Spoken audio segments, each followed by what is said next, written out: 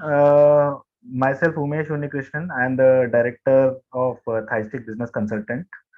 First of all, I'd like to thank all of you to make yourself available for this discussion. Just to give you a quick brief about us and what is the whole program objective about. Theistic Business Consultant is a consultancy firm based out of Mumbai. We are today representing a network of 100 countries to India. We are an advisor in different areas, working in 12 sectors with around 100 associations across India. Our primary role is to bridge the gap between the government and the industry and the technologies. So we have been trying to work, and we have been, in some cases, we have been successfully working with some departments and states in Maharashtra, Gujarat, Odisha, etc. Environment is one of the sector that we have been working for some time. The objective of this program is, this is not a event per se. This is more of a discussion that we are trying to understand. uh, we have created this program called as No Time to Waste. As you say, as you know about the tagline is to focus on solid waste management right now. Our whole objective is to understand what is the problem area when it comes to the government. We recently concluded the Western Zone virtual discussion where we had representatives from Goa, Maharashtra, and Gujarat. We had the pollution board, we had the Swachh Maharashtra director, we had the municipal corporations from a couple of cities who shared their problem areas. This is not a technical presentation or discussion for the industry right now, but we hope that this discussion will help us focus on those two key areas where we wanted to see or understand the challenges of the government. It might be at a policy level or at the implementation at the municipality level. So we have representation from Punjab, Jammu and Kashmir, Madhya Pradesh, also Mahapreet, which is based out of Maharashtra but working in different states already, to provide their insights on what exactly is the challenges what the government is looking at. On the other side, we have the industry partners who have joined us to give an industry viewpoint of the organization or the industry that they are representing. Then we also have the technical companies who would like to share their inputs. We would request everybody to limit their discussion to the core ideas or the issues that we want to focus on. Post this virtual discussion, we are going to have a physical program. This whole discussion is actually to identify what should we focus on the physical program. Our partners on other side is the solidwasteindia.com. That's a news portal which is represented by Aninda, and the session is also going to be moderated by Afreen. She is the editor for the portal as well. Together, we are trying to understand which areas we can work together along with the government and the industry. Solid Waste India is also created by a company called EcoProg based out of Germany, who have been working as a consultant with various countries on this subject. So the whole idea is now between the international expertise, us working with the government and the industry partners that we have and the industry associations we have, is now to discuss and identify from the government what is the aspect or perspective that you want us to focus on. Taking it forward, we will try to figure out and connect to you post this program on how to actually translate this discussion into some meaningful partnerships. So that's the whole objective. I hope I have been able to concisely put what we wanted to achieve here. Afrin will be taking up this forward with each of them. We have tried to limit everybody to a short time, so maybe we'll have an alarm going in after a specific time. The extensive discussion will happen during the physical program which will follow. Let us try to only filter out and focus on the 2 3 key areas that we want us to focus on, so that we identify and we are aware that where do we need to work up. I think with that, I will set the context of this discussion. Afreen, over to you, and I hope that we are able to come out with something really specific out of this. Thank you once again, everybody, specifically to our partners, knowledge partners, the associations, and the participants who have been able to take out time to join us today. Thanks a lot. Thanks, Umesh, for that comprehensive overview on this session. I'm Afreen Kadwai, the editor-in-chief of solidwasteindia.com. We're a news and information website on waste management. I'm sure we all agree, thanks to SBM and SBM 2.0 in particular, there's so much going on in the sector, and there's so much to discuss, to find solutions for. We have all major stakeholders present here from the northern parts of the country. As you know, that this is our second virtual roundtable. The first virtual roundtable last week focused on the Western region, and today we've got municipalities and government officials from the northern states. There is so much innovation happening. We're here to discuss those and to find ways on how the technologies and solutions can help the ULBs. So without wasting much time, I would like to begin the session. A gentle reminder, please mute yourselves and only unmute yourselves when you're ready to speak. Also, let's limit the time to 5 minutes per person so we stay within our time limit. And I do hope that as the session unfolds, we come up with some meaningful list of to-dos and come up with a concrete solution that can be further discussed, as Umesh said, in the physical event. I would like to now invite Shri Hardeep Singh Mankotia. He's the chairman of the Swachh Bharat mission of the Jammu Municipal Corporation. Mr. Mankotia, thank you so much for being here this afternoon. I would like to begin by asking you to share some of the key challenges facing your state in terms of management. मैं हरदीप सिंह मनकोटिया, स्वच्छ Bharat chairman, स्वच्छ Bharat standing committee, Jammu municipal corporation.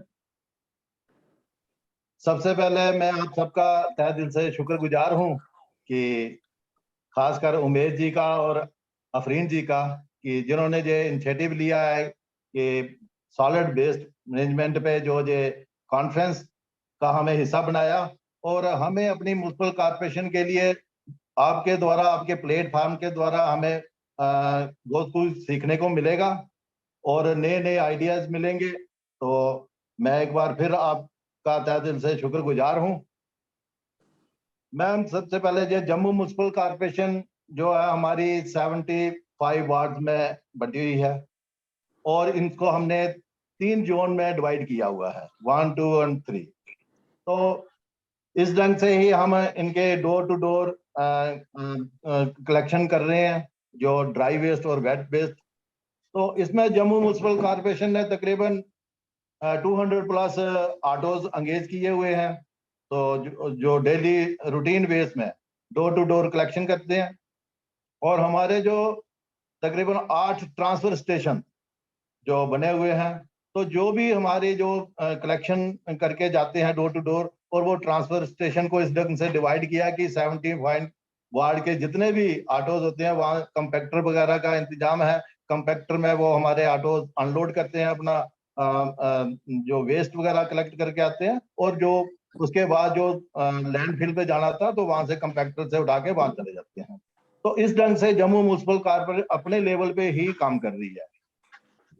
तो इसमें हमें ma'am कुछ जो challenge face करने पड़ रहे हैं, तो एक तो उसमें है कि जो कैपेसिटी बिल्डिंग ऑफ सफाई साथी, तो उसमें है कि जो हमारे सफाई साथी हैं ये इतने हाईली के पढ़े लिखे नहीं है, लेस क्वालिफिकेशन है, अनपढ़ लोग भी हैं इनमें। तो इनको इस के लिए तैयार करने में हमें बड़ा टाइम लग रहा है, और जो हमें कोशिश भी कर रहे हैं हम, और 2 साल से लगे हुए हैं, लेकिन हमें रिजल्ट पॉजिटिव नहीं मिल रहे हैं। तो इसके लिए हम चाहते हैं कि आपकी तरफ से कोई ऐसा टेक्नोलॉजी या ऐसा सिस्टम डेवलप किया जाए कि इन लोगों को हम आसान तरीके से एजुकेट कर पाएं, और जो ग्राउंड पे जो काम है वो हमें क्या नाम मिल पाए, और जिसके लिए हम सब इकट्ठे होकर चिंतित हैं। तो हमें रिजल्ट पॉजिटिव मिलना चाहिए। तो उसके लिए हम चाहते हैं कि कुछ ऐसा सिस्टम डेवलप करें, तो इससे हमें कुछ अपने एरिया को साफ सुथरा रखने में और कैपेसिटी बिल्डिंग के लिए हम काम कर सकें। तो दूसरा है कि सेग्रीगेशन जो है, अगर प्रॉपर ढंग से सोर्स पे हो जाए तो हमारा आधा समस्या हमारी हल हो जाएगी। लेकिन हम कोशिश कर रहे हैं, लेकिन जिस ढंग से हम चाहते हैं कि सोर्स सेग्रीगेशन 100% होनी चाहिए, उसके लिए भी हमें जो है क्या नाम कैपेसिटी बिल्डिंग जो है, हमारे ऑफिसर्स वगैरह जो हमारे डिपार्टमेंट के लोग हैं, उनकी भी टाइम टू टाइम ट्रेनिंग होनी चाहिए। और बेसिकली हमारे अफसर जो हैं, हमारे जो यूएलबी के जो स्टाफ है, वही ग्राउंड पे काम करवाएगा। तो अगर वही एजुकेट नहीं होंगे, वही प्रॉपर ढंग से उनको गाइडलाइन नहीं मिली होंगी, तो वो हमें जितना मर्जी हम काम कर लें नहीं कर पाएंगे। तो इसके लिए भी हम चाहते हैं कि हमारे ऑफिसर के लिए भी सेमिनार वगैरह अरेंज होने चाहिए। तो फिर उसके बाद है हमारी जो प्रोसेसिंग। तो हम अपने लेवल पे ड्राई वेस्ट का तो प्रोसेसिंग कॉर्पोरेशन जो है 2 यूनिट इपका और हमारे सीई के द्वारा चल रहा है। तो जिसमें हमारे प्रबोध छोटी जी का बहुत बड़ा मार्गदर्शन हमें मिला है, और इसमें हम कई हद तक हमने आधा रास्ता कवर भी किया है। लेकिन अभी इसमें काम करने की जरूरत है। और लेकिन जो हमारे पास स्टेज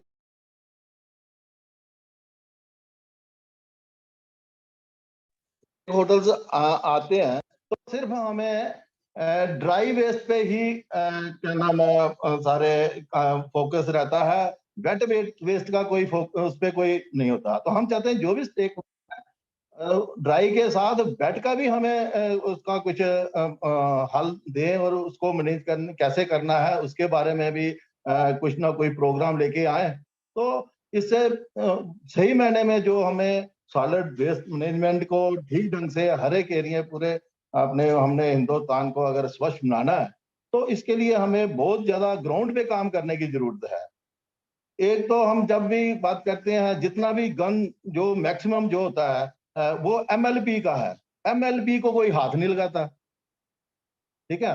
तो हम चाहते हैं कि जैसे अभी हम यूट्यूब पे देखते रहते हैं, एग्रीकल्चर सेक्टर में इतनी इतनी इनोवेशन हो गई है, मशीनरीज आ गई हैं कि बिना पेड़ को नुकसान पहुंचाए उसकी खुदाई भी हो जाती है, जो घास वगैरह उसको खाट भी लेते हैं। तो हम भी चाहते हैं कि इस ढंग में टेक्नोलॉजी को इस्तेमाल करके, और जो है कि ये जो हमारा एमएलपी है जो बाजारों में बिखरा रहता है, उसको भी कलेक्ट करने का कुछ ऐसा मैकेनिज्म बन जाए कि ये भी हमारा कलेक्ट हो गए। और काम जैसे हमारी जो गाजियाबाद की कॉर्पोरेशन है वो भी कलेक्ट करती है, और उसके अच्छे अच्छे प्रोडक्ट बना के हमारा गए थे हम वहाँ पे उनके फैक्ट्री में देखा, बहुत अच्छे प्रोडक्ट बना के उन्होंने अपने लेआउट भी किए हैं। अभी उन्होंने एक बड़ी वॉल बनाई है वहाँ पे, तो उसका भी काफी था। तो इस ढंग से हम चाहते हैं कि एमएलपी का भी उन्होंने हमें देना चाहिए जहाँ पे कुछ तो उसके बाद यही है कि हम इस प्लेटफॉर्म पे जो है ऐसे प्रोग्राम जो है बार बार ऑर्गेनाइज होते रहने चाहिए, जिससे हमें भी सीखने का मौका मिले, तो और हम अपनी कॉर्पोरेशन के लिए और अच्छा कर पाए। तो मैं इतना ही कहूँगा, 5 मिनट दिए आपने तो इसमें जी, बहुत धन्यवाद मंकोटिया जी। आपने बहुत ही महत्वपूर्ण पॉइंट्स रेज किए हैं। एक तो कैपेसिटी बिल्डिंग, सफाई साथियों और बाकी म्यूनिसिपैलिटी ऑफिशियल्स के प्रोसेसिंग ऑफ वेट वेस्ट, खासतौर से आप कह रहे हैं एक प्रॉब्लम है, इसके भी सॉल्यूशंस आपको चाहिए, और मल्टी लेयर प्लास्टिक्स, ये बहुत ही जरूरी मुद्दे हैं। और मुझे पूरा यकीन है क्योंकि जो हमारे एक्सपर्ट्स आज इस सेशन में हैं वो इसी सेक्टर में काम कर रहे हैं। जो कंपनीज हमने आज बुलाई हैं वो काफी हद तक ये सब ऑलरेडी डील कर रही हैं दूसरे शहरों में। तो मुझे पूरा भरोसा है कि आपको आज यहाँ काफी कुछ आने से फायदा होगा, सीखने को मिलेगा। और ये हम बस इंट्रोडक्शन करके खत्म ही नहीं कर देंगे, इस रिश्ते को और बना के रखेंगे और सिनर्जीज लाएंगे ताकि सब एक मिल के काम कर सकें।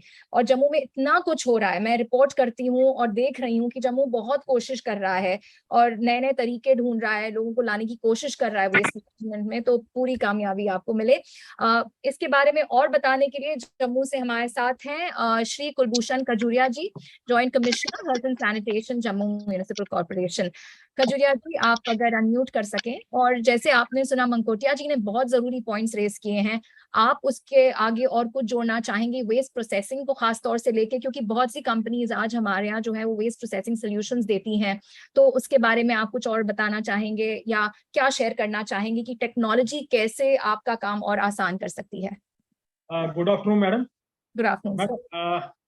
Madam, I have recently joined against the newly created post. The post has been newly created. Joint Commissioner Health and Sanitation. There were no such post in the Jammu Municipal Corporation after reorganization of the GMC.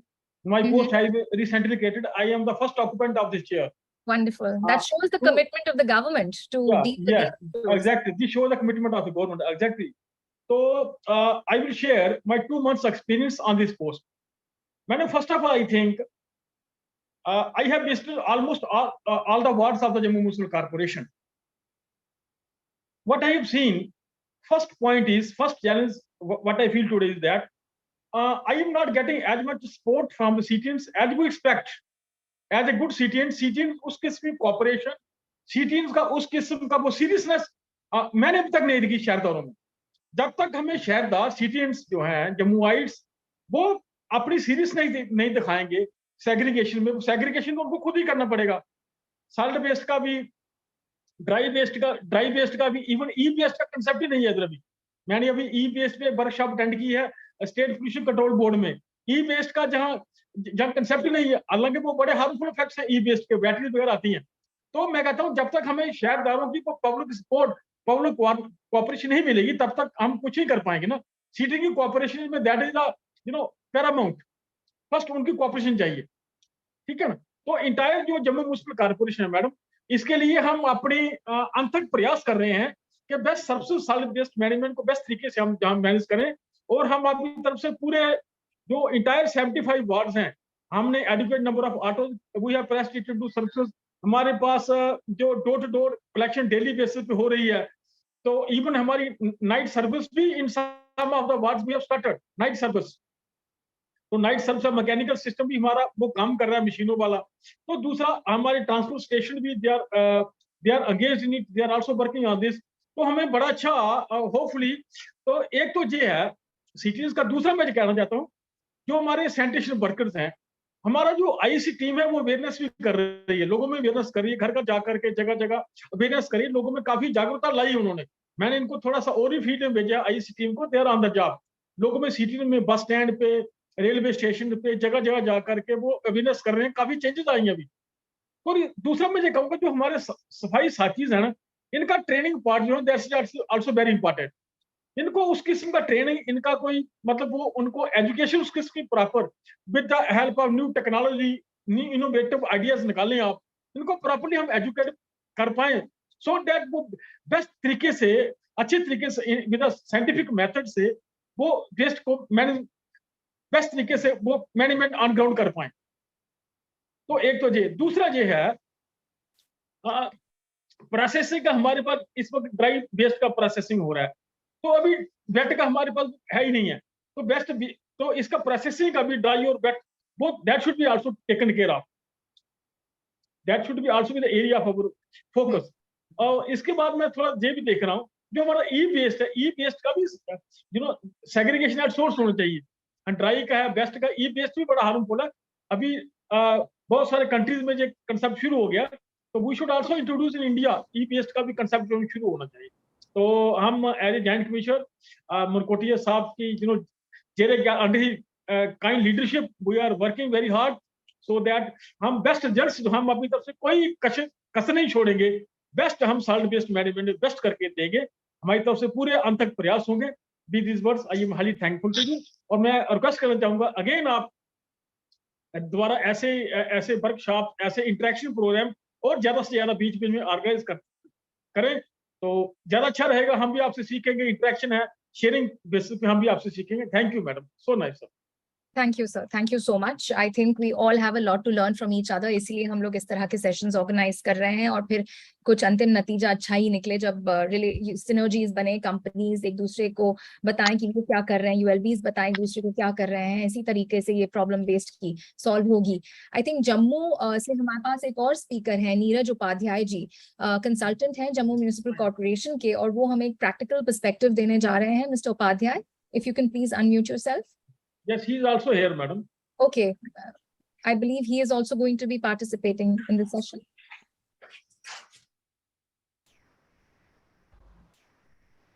Mr. Upadhyay?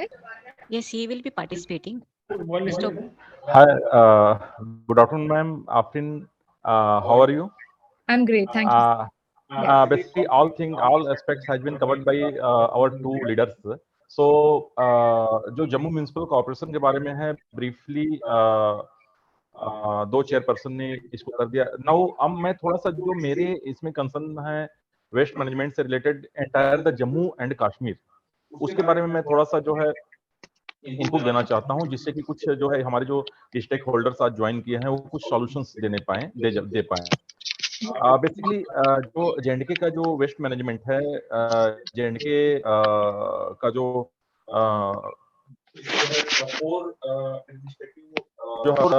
Agency द्वारा इसको control किया जाता है, one is Jammu municipal corporation.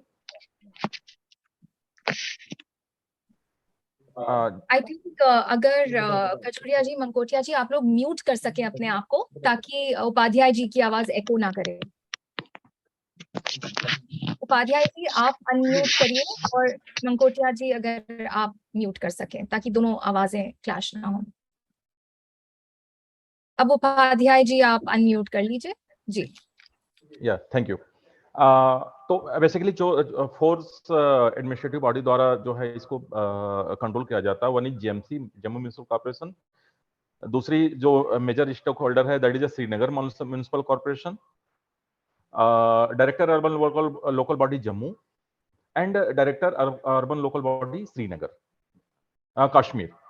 तो जो दोनों urban local bodies directorate है, उनके पास जो है छोटे छोटे काउंसिल्स हैं. I think that is the numbers are 74. And जब क्वांटम जो होता है वहां पर दो विशेष जो बेसिक चैलेंजेस मैंने देखा है. Actual I am not directly involve in that process because I'm the consultant for Municipal Corporation Jammu.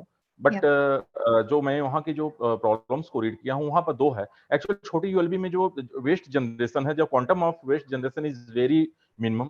कुछ यूएलबी है जहाँ पर कि 3 to 4 ppd per day generation है. एंड एक वेस्ट मैनेजमेंट में जहाँ तक मैं अंडरस्टैंड कर पाया हूँ कि इसमें जो है प्रोसेसिंग ऑफ वेस्ट में वेदर का, एटमॉस्फेयर का बहुत बड़ा रोल है. इन द सेंस यदि हम जम्मू की बात करें तो जो temperature of Jammu is quite normal. यहाँ पर जो है कोई भी आप टेक्नोलॉजी, चाहे वर्मी कंपोस्टिंग है, विंडोज कंपोस्टिंग है या बायोमेथनेशन है, आप इसको यदि अडॉप्ट करते हैं तो इजिली जो है इट विल बी एडॉप्टेबल.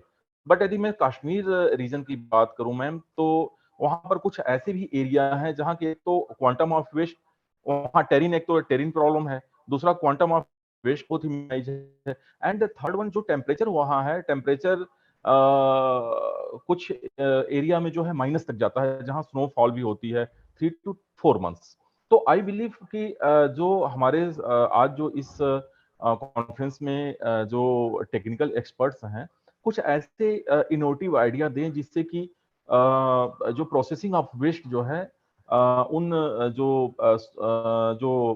एरिया है जो जहाँ का टेरिन हिली है एंड जहाँ पर टेम्परेचर जो है बिल्कुल ऑड है, वहां पर भी कुछ हम जो है वेस्ट प्रोसेसिंग के लिए कुछ हम इनोवेटिव आइडिया जो है दे सकें, जिससे कि यूएलबी जो है इजिली वेस्ट मैनेजमेंट जो है कर पाए. मैम यही हमारे 2 पॉइंट्स थे. Okay. Thank you very much. Thank you, sir. Thank you.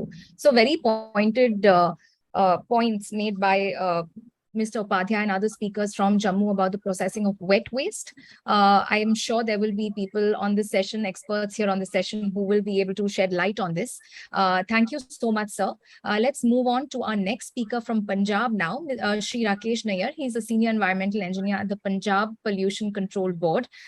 Mr. Nayyar, if you can share some of the challenges facing Punjab in terms of solid waste management. What kind of solutions are you looking for, which our experts here can help out with and give ideas for?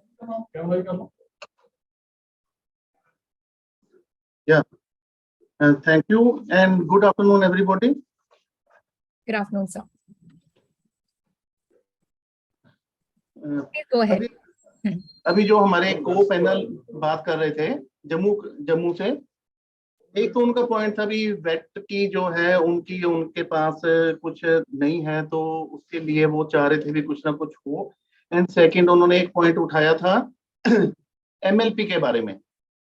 तो अगर हम composition of solid waste की देखते हैं तो उसमें 50% तो हमारा बायोडिग्रेडेबल वेस्ट है, और उसके बाद पेपर वेस्ट है जो भी 29 और 30% के करीब है। तो सिर्फ जो इनर्ट मटेरियल है वो सिर्फ 5% के करीब है। तो अगर हम इसको सभी को सर्कुलर इकोनॉमी के हिसाब से अगर इसको हम हैंडल कर पाए तो मेरे ख्याल ये कोई प्रॉब्लम वाला इशू नहीं रहेगा। इसमें प्रॉब्लम कहाँ आ रही है? Door to door collection and segregation. Door to door जो कलेक्शन है वो नो डाउट कि सभी यूएलबीज ने इवन पंजाब में भी बहुत अच्छे ढंग से किया है। उन्होंने कंपार्टमेंट्स बनाए हैं उनकी व्हीकल्स में। तो लेकिन इसमें दिक्कत कहाँ आ रही है? दिक्कत आ रही है अवेयरनेस की, जो पब्लिक में अवेयरनेस।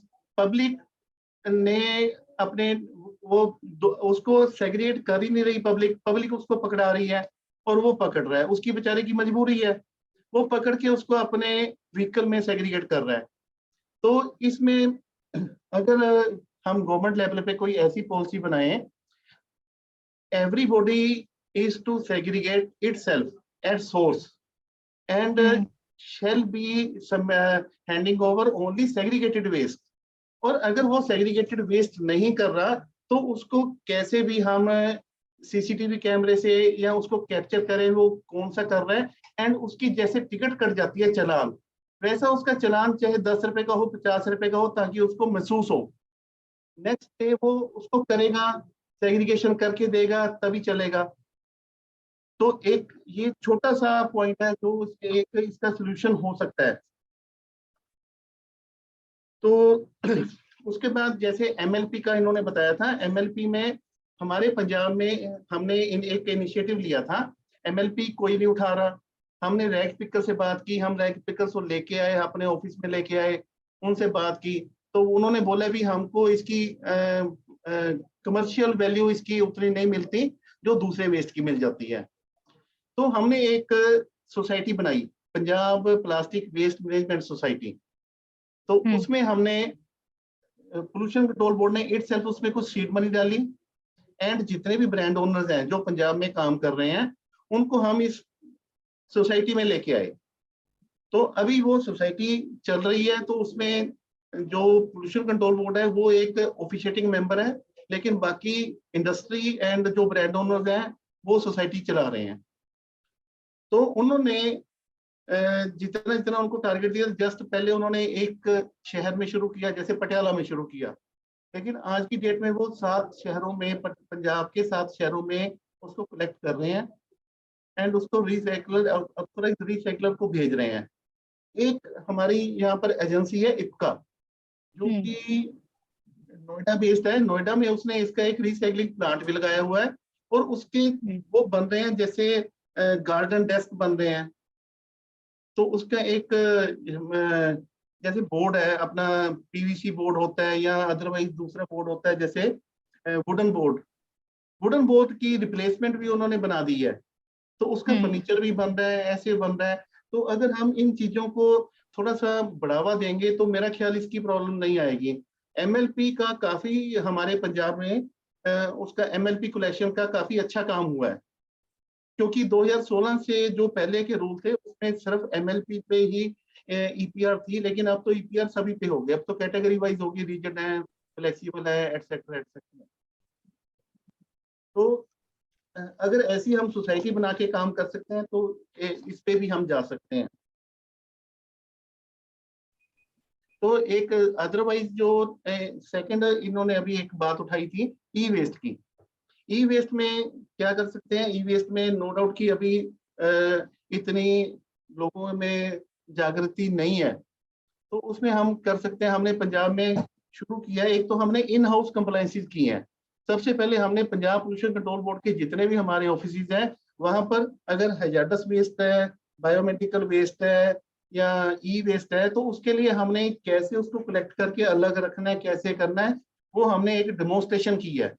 हमारे जैसे 20-25 ऑफिस हैं टोटल पंजाब में, तो सभी ऑफिस ने ये किया है। एंड उसके अलावा हमने अपने जो पंजाब गवर्नमेंट के अदर ऑफिस हैं उनको भी हमने ऐसे ही एक मैसेज भेजा है भी आप भी कम से कम अपने ऑफिस में करो, ताकि हम कह सके भी एनवायरनमेंट स्टार्ट्स विद मी। तो ये इनिशिएटिव अच्छा रहा है, हमको इसका अच्छा रिस्पॉन्स मिला है। एक हमने ई वेस्ट के कलेक्शन बिन्स लगाए हैं कई जगह, जैसे कोई प्रोमिनेंट जगह है वहां पर हमने ई वेस्ट के लगाए हैं, तो वो जब वहां इकट्ठा हो जाता है तो वो चला जाता है ऑथराइज्ड रिसाइकलर के पास। ये भी एक छोटे छोटे स्टेप्स हैं, अगर छोटे छोटे स्टेप से शुरू करेंगे तभी आगे पहुंचेंगे। तो ऐसे ही जैसे हाउस होल्ड का हजार्डस वेस्ट है, हाउस होल्ड से हजार्डस वेस्ट जनरेट हो रहा है, वो भी म्युनिसिपल सॉलिड वेस्ट में आ रहा है। अगर उसके हम यूएलबी में कुछ उसकी कोई साइट्स बनाए भी, आप जो हजार्डस वेस्ट है वहीं आना चाहिए। अगर कोई अनसेग्रीगेटेड वेस्ट में उसको दे रहा है तो उसको थोड़ा बहुत जुर्माना लग रहा है या उसको कोई टिकट काट रहे हैं उसकी, तो वो थोड़ा सा बेटर हो जाएगा। एंड हम जो, क्योंकि कानून नए बनाने की जरूरत नहीं है, सिर्फ इसकी इम्प्लीमेंटेशन में ही इशू आ रहा है। कानून तो हमारे पास पहले ही बहुत ज्यादा है। Thank you very much. या थैंक यू सर। आपने जैसे कहा कानून बहुत अच्छे हैं लेकिन उनका इम्प्लीमेंटेशन जो है एक चैलेंज बन जाता है, और सारी म्यूनिसिपैलिटीज एक ही तरह के इश्यूज जो डील करती हैं। आज हमने सुने जम्मू में भी जैसे आईईसी एक बहुत बड़ा इशू है, कैसे सिटीजन्स को इन्वॉल्व किया जाए सेग्रीगेशन में, कैसे अकाउंटेबिलिटी लाई जाए स्टाफ में और सिटीजन्स में। तो उसके लिए भी अब टेक्नोलॉजीज आना शुरू हुई हैं, कुछ कंपनीज हैं यहाँ शायद जो उस पर रोशनी डालना चाहें। तो आगे बढ़ते हुए thank you sir mister Nayyar. अब मैं श्री एसपी झा को आमंत्रित करना चाहूंगी। Mister Jha is executive engineer, Madhya Pradesh pollution control board, a state that often ranks very high in terms of cleanliness, especially because of Indore and Bhopal. So let's now hear from Mr. Jha. What are some of the challenges you face in terms of solid waste management, and what are the kind of technologies, you know, are other private participants here? How can you all create synergies to work together to solve the waste conundrum in your state? Good afternoon, all participants. Are you able to hear my voice? Yes, we can hear you, sir. जी, हम सुन सकते हैं. Actually, solid waste management in municipal area, it was a great challenge for everybody. पुराने समय में municipal bodies इस पे ध्यान नहीं देती थी. This was just their responsibility कि कचरे को इकट्ठा करो और एक किसी किनारे में आइसोलेटेड प्लेस में वहां पे डंप कर दो, और public use to throw out their waste near streets, electric poles. अभी इधर 5-6 साल में, पिछले 5-6 सालों में अवेयरनेस आया है, और उसमें pollution control board, public awareness और हमारा national green tribunal, they has also main participation उनका हुआ है, उनका काफी इन्वॉल्वमेंट हुआ है. उसके बाद से लोगों में काफी जागरूकता आई है, और इनफैक्ट मध्य प्रदेश तो काफी पहले से एक्टिव हो गया था, 15-20 साल पहले, क्योंकि पोल्यूशन कंट्रोल बोर्ड और म्युनिसिपल बॉडीज के बीच में काफी अच्छा इंटरेक्शन रहा है. और इस कारण से मध्य प्रदेश में काफी पहले से मल्टी डायमेंशनल एफर्ट करना शुरू कर दिया था, starting from the big cities जहाँ पे डेंसली पॉपुलेटेड एरिया है, और छोटे शहरों में भी. मध्य प्रदेश में लगभग 34 सिटीज हैं जिनकी पॉपुलेशन मोर देन 1 लाख है. तो सभी शहरों में हर तरह के जो पॉसिबल एफर्ट होते हैं सॉलिड वेस्ट मैनेजमेंट के, starting from composting, land filling was the earlier practice, then secured landfill और वेस्ट टू एनर्जी. तो in Madhya Pradesh we have already implemented two waste to energy. जो कचरा होता है उसको बर्न करके, इंसिनरेट करके और बिजली पैदा करने का. तो 2 प्लांट ऑलरेडी मध्य प्रदेश में ऑपरेशन में आ चुके हैं. 3rd is in the process of establishment. और मध्य प्रदेश में एक और पैरेलल में कॉन्सेप्ट आया, क्लस्टर कॉन्सेप्ट से कंपोस्टिंग प्लांट डेवलप करना, तैयार करना, कि आसपास के 8-10 जो म्युनिसिपल बॉडीज हैं जो लगभग 100 किलोमीटर के अंदर में हैं, उन सब का कचरा एक जगह इकट्ठा करके और उनकी प्रोसेसिंग कर और कंपोस्टिंग करना, पूरा प्रोसेस करना. ये काफी सक्सेसफुल रहा है, क्योंकि टोटल जो प्रोसेसिंग प्लांट होते हैं उसमें काफी इन्वेस्टमेंट आता है. अगर टोटल उसमें सिक्योर्ड लैंडफिल डेवलप करना, प्रोसेसिंग करना, देन कंपोस्टिंग करना, MRF जो सेंटर्स होते हैं, मटेरियल रिकवरी फैसिलिटीज, तो it is better to collect जो छोटे शहरों का जो वेस्ट है उसको एक जगह कलेक्ट करके और उसको ट्रीटमेंट करना, टोटल प्रॉपर डिस्पोजल करना. तो इस तरह से 6 मॉडल्स एमपी में एस्टेब्लिश हो चुके हैं, ऑलरेडी ऑपरेशन में आ चुके हैं, जिसमें 6 to 12 म्युनिसिपल बॉडीज का जो वेस्ट है वो कलेक्ट करते हैं, उसका सेग्रीगेशन होता है अलग अलग कैटेगरी का। देन जो वैल्यूएबल उसमें आइटम्स होते हैं, प्लास्टिक होता है, उसको फिर से हम स्क्रीनिंग करके सेपरेट करते हैं, और जो बायोडिग्रेडेबल वेट कैटेगरी का वेस्ट होता है उसको कंपोस्टिंग करते हैं विंड रोज डायग्राम के तरह से। उसमें 21 डेज के अलग अलग डेज के हीप बनाते हैं कंपोस्टिंग के लिए, और सिस्टमेटिक है, उसमें प्रॉपर ह्यूमिडिटी रहती है, तो it converts in 21 days to composted जो हमारी मैन्यूर होती है उसमें कन्वर्ट हो जाता है। और जैसा अभी हमारे कश्मीर के में बताया उन्होंने कि केवल 5 से 10% ही इनर्ट वेस्ट होता है जिसको हमको डिस्पोजल करना पड़ता है सिक्योर्ड लैंडफिल।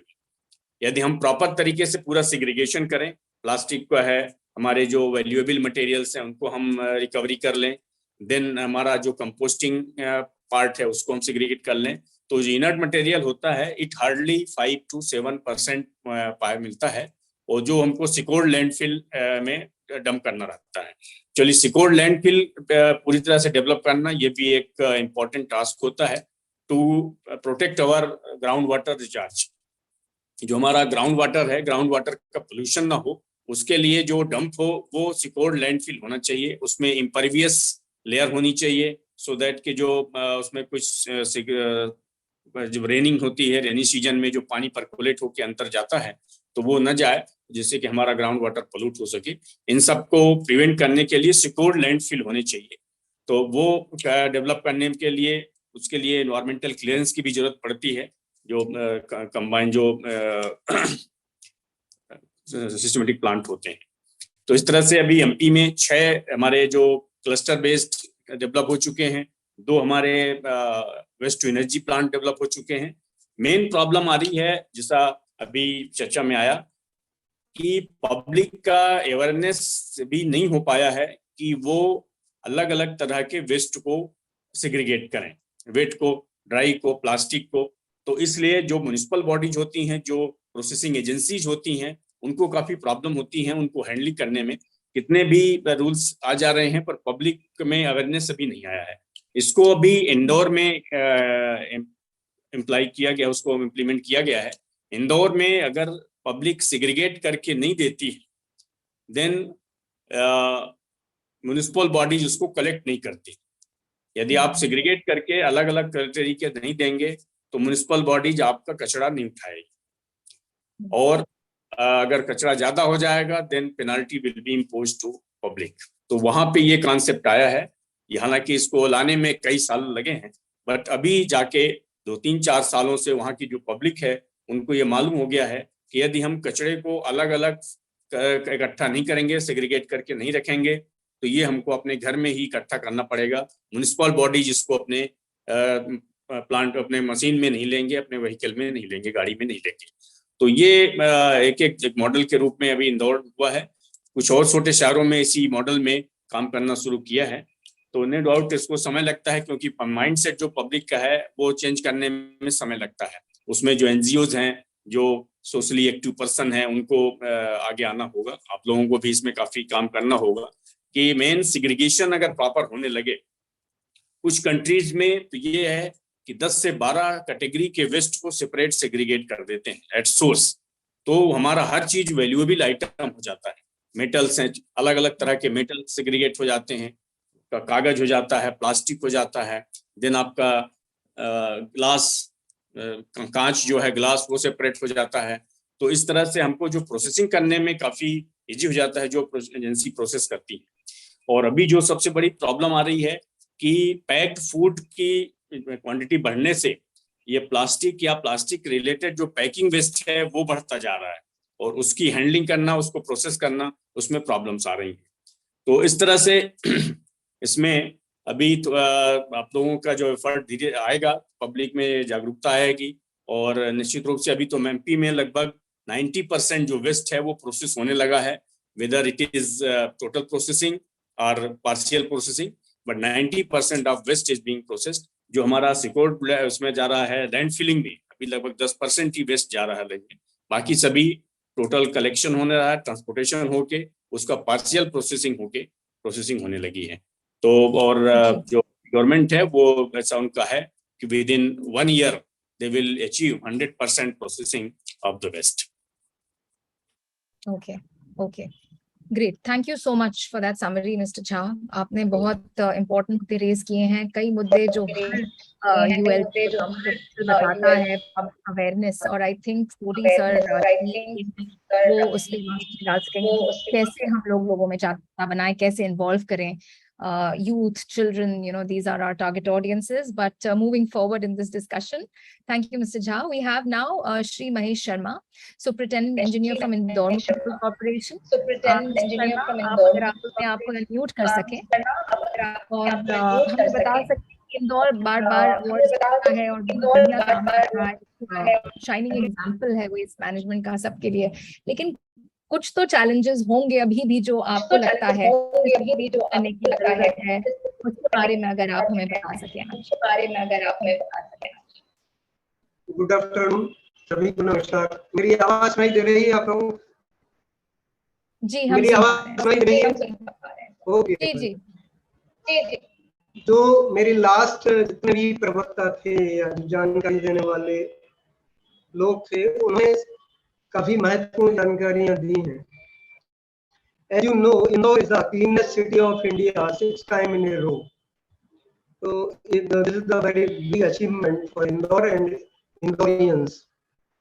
ये इंदौर का जो मॉडल है बेस्ड ऑन जन भागीदारी, public contribution and public awareness. अभी जो चर्चाएं हुई थी पब्लिक अवेयरनेस से कैसे लोगों को कनेक्ट किया जाए, that is important. Public contribution कितना होगा, कोई भी जो अभियान है पब्लिक कंट्रीब्यूशन और पब्लिक अवेयरनेस के बगैर अधूरा रहता है। ऑनरेबल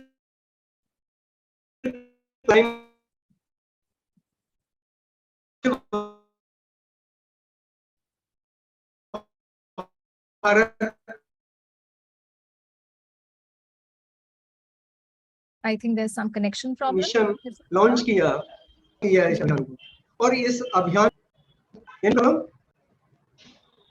आपकी ब्रेक हो रही है। आवाज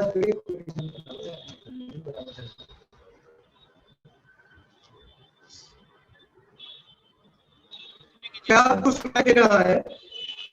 यस सुनाई दे रहा sir. Okay, thank you. Presently, Indore near about 1150 TPD waste is generated. लेकिन जो इंदौर की ब्यूटी है, किसी भी अभियान को सफल बनाना और उसको लॉन्ग टर्म में सस्टेन रखना, ये door to door collection and 100% waste collected on daily basis with 6 bin source segregation all over India. Indore ही एक ऐसा शहर है जहां पर 6 टाइप का सेग्रीगेशन हो रहा है। Segregation is the key of solid waste management. आज का हमारा फोकस एरिया है सॉलिड वेस्ट मैनेजमेंट के लिए कि reduce landfill, recycling models and waste to energy. तो रिड्यूस लैंडफिल के लिए आपको किसी भी शहर में नियर अबाउट 600 सिटीज या 600 डेलीगेशंस इंदौर मॉडल को देख चुके हैं, लेकिन वो अपनी सिटी के अंदर रेप्लिकेट नहीं कर पा रहे हैं। इंदौर मॉडल की जो ब्यूटी है कि इंदौर की जो पब्लिक है वो इस प्रोग्राम से पूरी तरह से कनेक्ट है। तो जो डोर टू डोर कलेक्शन है वो हमारा 100% है। किसी भी सिस्टम को, सॉलिड वेस्ट मैनेजमेंट सिस्टम को रन करने के लिए यह आवश्यक है कि आपका जो वेस्ट जनरेशन है वो 100% कलेक्ट होना चाहिए सेग्रीगेटेड वेस्ट में।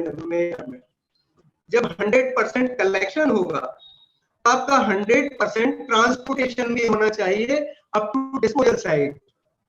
100% ट्रांसपोर्टेशन होने के बाद आपका 100% डिस्पोजल होना चाहिए, तभी आपका जीरो मॉडल होगा। वेस्ट टू एनर्जी प्लांट का जो सिस्टम है वो zero discharge and zero emission. Solid waste management में यदि किसी सिस्टम को, किसी मॉडल को सक्सेसफुल बनाना है तो यह आवश्यक है कि सेग्रीगेटेड वेस्ट हो, 100% कलेक्शन हो, 100% ट्रांसपोर्टेशन हो और 100% आपका डिस्पोजल होना चाहिए। तो अभी जो इंदौर में जो मॉडल है हमारा 100% segregated waste, 6 type source segregation हो रहा है। यदि आपका सेग्रीगेशन नहीं है तो फिर आप सॉलिड वेस्ट मैनेजमेंट को प्रॉपर्ली रन नहीं कर सकते। जैसे अभी जम्मू कश्मीर की बात हो रही थी कि उनके पास date based facilities not necessary.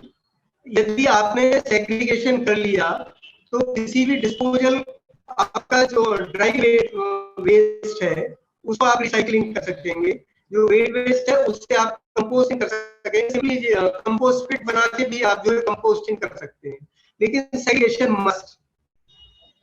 हमारा जो सिस्टम है 100% waste is processed through various centralised and decentralised waste processing units and 95% waste is converted into one or other products like bio-CNG, compost, paver blocks, bricks, manhole cover, recycled plastic, paper, glass, and RDF. Only 5% inerts and debris are going to landfill. इस तरह से आप जो landfill को reduce करना है, landfill में कम से कम मटेरियल जाए, इसके लिए आपका जो की है वह है सोर्स सेग्रीगेशन। यदि आपका वेस्ट एट सोर्स सेग्रीगेट हो रहा है तो फिर आपका सॉलिड वेस्ट मैनेजमेंट परफेक्शन में रहेगा।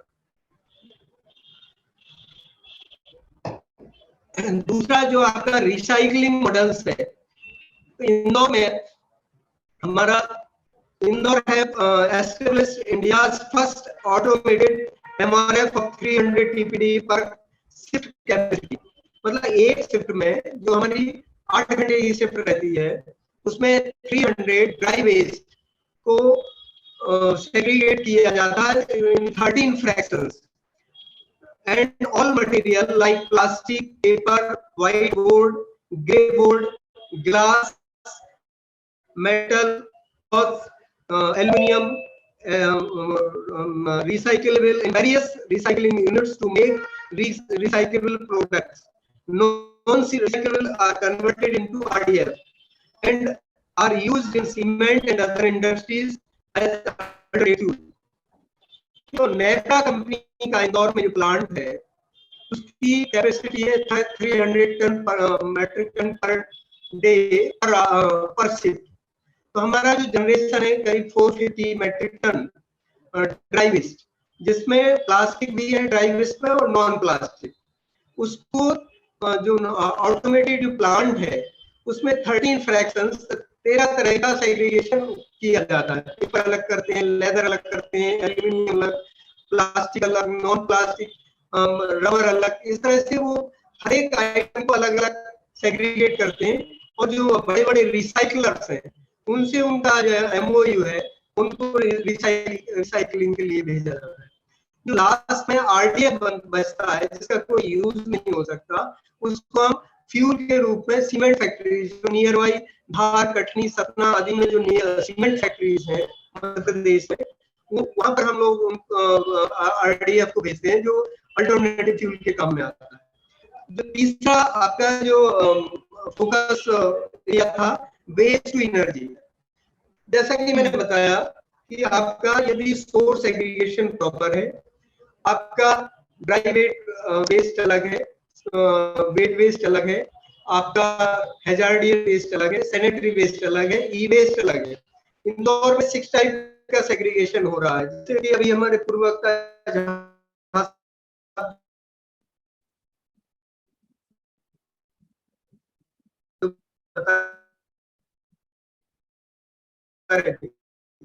इंदौर ने बहुत ही फोर्सफुली इस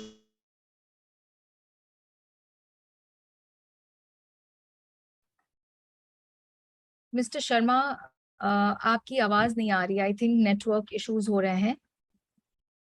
अगर हम इस सेशन में आगे बढ़ सकें तब तक. मिस्टर शर्मा, आपके कनेक्शन में शायद थोड़ी दिक्कत आ रही है.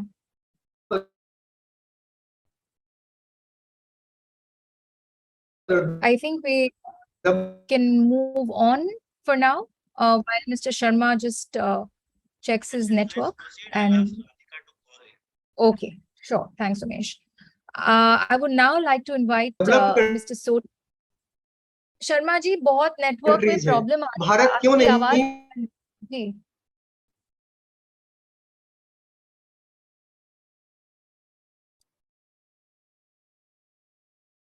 I think I'll now ask Mr. Sodhi to pitch in over here. Mr. Sharma mentioned segregation at source. It begins and ends there. If it's done well, waste management becomes really more meaningful and effective. Mr. Sodhi is the director of the Material Recycling Association of India. He's the senior program director for the Center for Environment Education. Mr. Sodhi, in the last 1 hour, we have heard a lot of government officials, ULBs, describe some of the main challenges that they face at their level and the solutions that they're looking for in session that we're conducting today. Now, as someone who's worked extensively in the sector, I would like your thoughts on what are some of the solutions, as the expert here, what are some of the solutions that can be provided for issues like IEC, capacity building. All these keep coming up again and again and again. And what are we really looking for in terms of impactful solutions? मेरी आवाज सुनाई दे रही है? जी शर्मा जी, अब बेहतर हो गई है, लेकिन सोडी सर थोड़ा बोलने जा रहे हैं. अगर आप मेरी आवाज सुनाई दे रही है? जी बेहतर है, लेकिन वीडियो आपका फ्रीज कर गया है. अब आपका वीडियो फ्रीज कर गया है. और मेरी आवाज सुनाई दे रही है? मिस्टर शर्मा, अगर मैं रिक्वेस्ट कर सकूं, अभी हम पॉज कर देते हैं आपकी तरफ से, क्योंकि आपके वीडियो में अभी भी नेटवर्क की प्रॉब्लम है. मेरी आवाज सुनाई नहीं दे रही? आपके पिक्चर आवाज आ रही है, लेकिन वीडियो आपका फ्रीज हो रहा है बार बार. या तो आप वीडियो ऑफ कर दीजिए, अगर आपको कुछ और शेयर करना है तो आप वीडियो ऑफ कर दीजिए और वी कैन हियर यू. जो thirdly जो मैं बोल रहा था, waste to energy. So Indore Municipal Corporation have established Asia's largest bio-CNG biomethanization plant of 550 ton per day capacity based on converting waste to energy. In this plant, average 1600 kg bio-CNG is produced, which is used in running city buses. It is India's first successful running waste to energy plant based on zero discharge and zero emission unit. जो हमारा wet waste है, इंदौर के wet waste की quality बहुत अच्छी है. यहाँ जो बायो क्लीन एनर्जी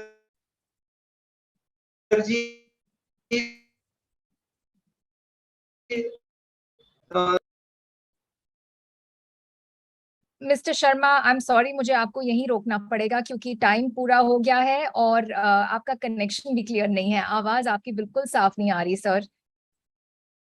तो अगर आप इजाजत. Ji Sharma ji, last 1 year near about 1000 samples collect किए और उनका ओके. या आई एम सॉरी सर, लेकिन टाइम ज्यादा हो गया है बोलने का. सेशन की वजह से मुझे आगे बढ़ना पड़ेगा सर, और आवाज में प्रॉब्लम आ रही है आपके. तो I would now like to invite Mr. Sodhi. Sodhi sir, I had placed my question forward to you before. If you can just elaborate on some of the solutions that probably could be of use to the government authorities and ULPs. So Afreen, first of all, a very good afternoon to you and all the people, those who are there on the panel and the members who are listening. I must say that it's been wonderful listening for 1 hour. And Mangotia ji and others have been very upfront, trying to say. A colleague from Punjab was also saying. Coming back to the points which you said, segregation is a challenge, is really a challenge for all municipal corporation, all ULBs. Source segregations is quite low in places. Now, we know these problems. The issue is that the handholding, where the handholding and the partnership of the ULBs is there with the waste management agencies, there the things are improved in a better way, whether it's on a very large scale or whether it's on a small scale. You know, one thing which has always intrigued me, Afreen, is, and I'll put forward this, and you see, we have divided cities into various wards and sectors or whatever, geographical locations. Normally, each geographical location is about 20,000 to 25,000 households.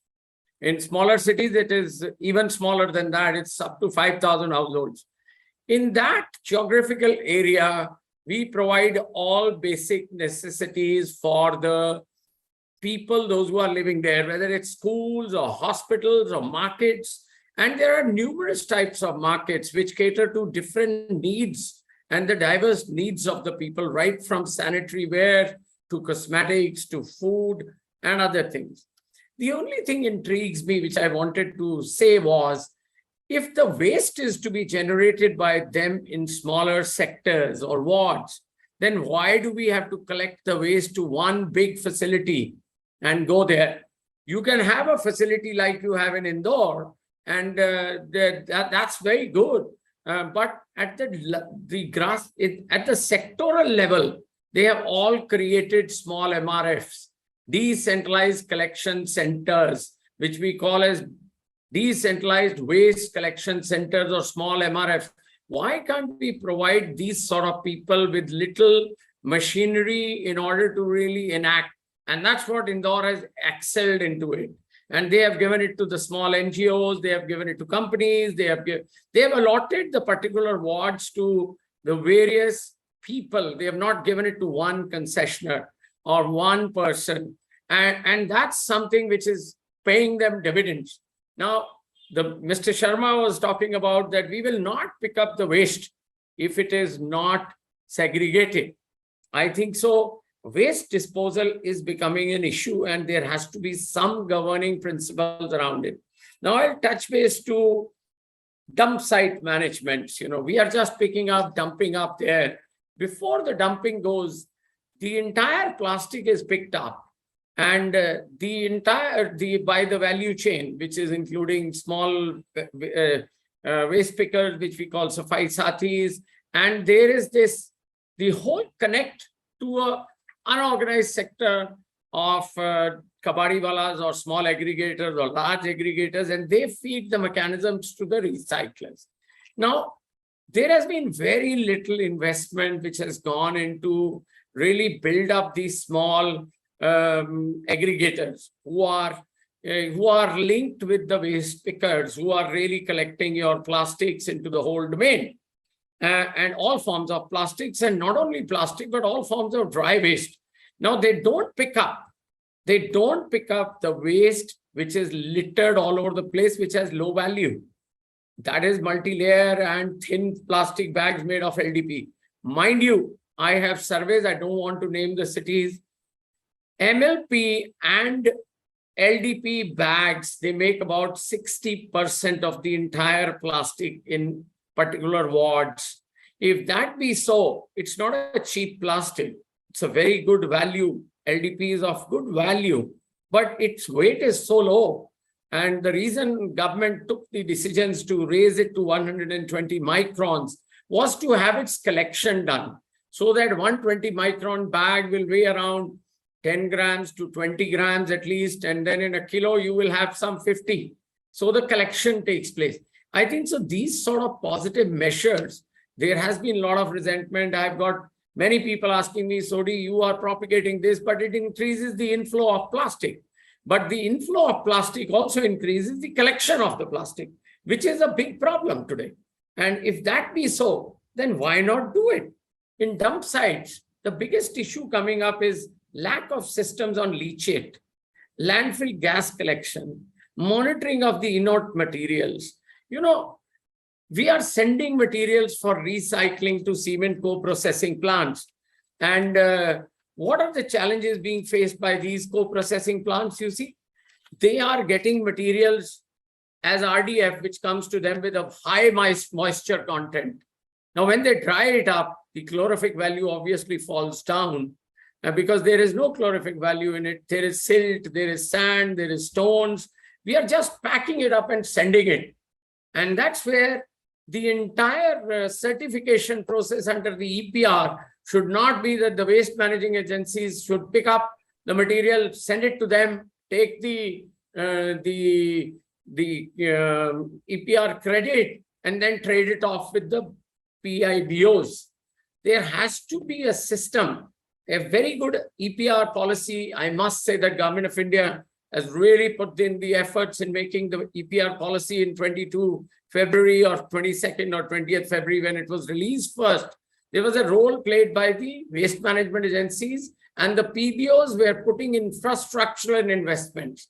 The trade of the money which goes into the EPR fulfillment is, after all, has to be strengthening the system of waste management. May it be small aggregators, may it be recyclers, may it be whatever the waste, inclusivity of the waste pickers. I've done a study in a city where we found out results by doing about 1,000 waste pickers analysis. And we found out there are 3 types of waste pickers there. One, those who are absolutely at the fringes and they live in the uncouth conditions, and they are getting the least amount of money there. There are second, those who are led by a better mafia near around the colonies, and they get more material and they have to shell out more also. But all this is fine. I have nothing against it. Let it go the way it is going. But the point is that we have to create their inclusivity, their bank accounts, their insurances, their health cards, their travel permits. We have to bring that, whatever the schemes are they getting their children into education? That's a missing link, you see. These are important parts when we are talking of these EPR-based policy. They are the people who are investing their time and effort into getting that EPR for you. And they get the least benefit. So there has to be a system which needs to really speak for them. Now, social responsibility is not there. We have to get the credit, and that credit trades. Now the system has come. PIBOs registered, recyclers register, and there is no investment. I don't know how the investment in the infrastructure is going to go. And Afreen, I leave this question to you to find out. I mean, we can discuss that later on. But, you know, in recycling also, we want to use virgin material mixed with recycled. What encouragement do we have for recycling industry to use their recycled products back into the system? If we are talking of circularity, then what we are talking is bring back the system.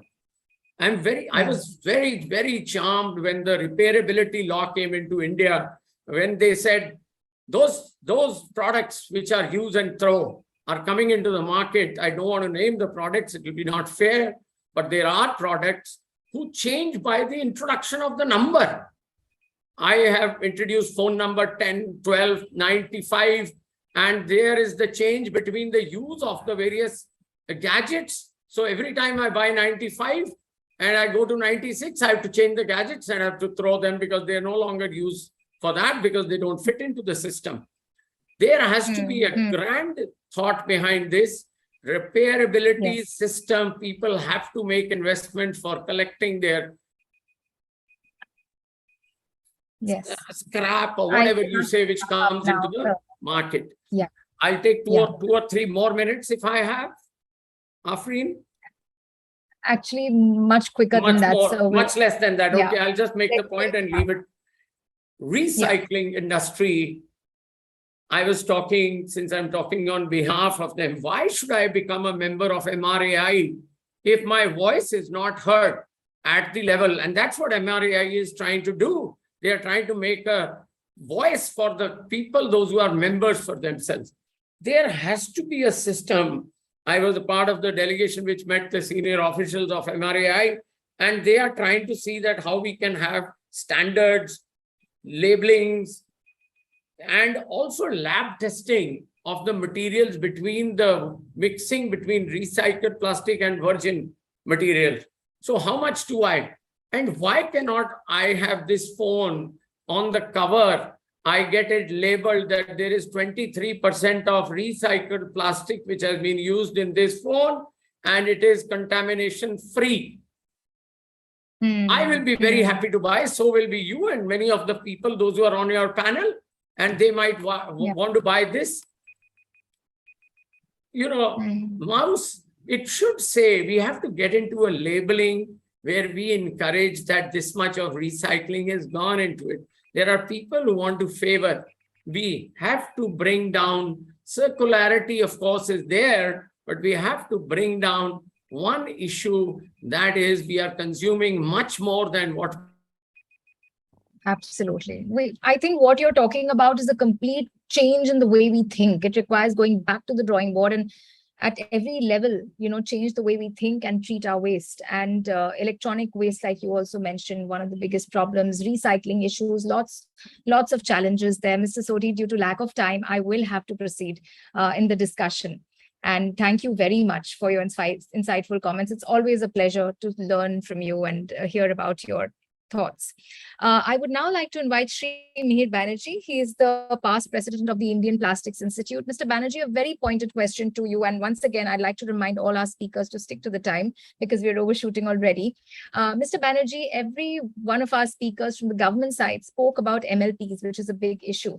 Would you like to now give us some perspective on, how plastics is now going to, it's making things more challenging for all these governments. And I'd just like to hear your thoughts on the subject. See, here, I just bring it because Mr. Sodhi, what he was telling is absolutely correct. And I know this gentleman, he may not have recognized me because I am for petrochemical for a long time. He was in our petrochemical ministry and then he was in FICCI. So I have interaction with him.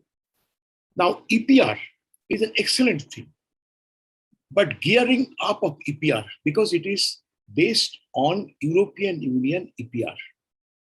And European Union is gearing up, but we are lagging behind. The PIBO, which is called is, first thing, who will collect? There are collection agencies are there, government approved, but how much they collect and where it goes, because circular economy, where it goes. My experience, I will share in brief. I am working with one recycler, which I won't say recycling, I will say upcycling. Upcycling means near prime material to produce. And that will go to brand owner for making, blending some amount in the bottle, which as per EPR. Now, the type and quantity of input material, recyclable material, which is supposed to get, they don't get. Their capacity of the plant is very small, 6,000 metric ton per year. But they are hardly produce 50 metric ton per month because they don't get input material. So collection system has to be very good. I am not taking the name of the organization, very big organization. They are one of the largest PET bottle recycler to make for textile application. This textile application, and they have excellent collection system from the small kabadiwala to large kabadiwala and finally going. And they assured that how much material they get per month. So this collection system, which Afreen, your organization can do this thing, bringing this model, study that model, how they work, and they are doing for last 10 years. I was involved in some part of that system. So this is one thing. Second thing, multi-layer, which I told subject. I represent IPCA, Indian Plastic Institute. It is an institute, it gives technologies and education. Also, I represent Plast India Foundation.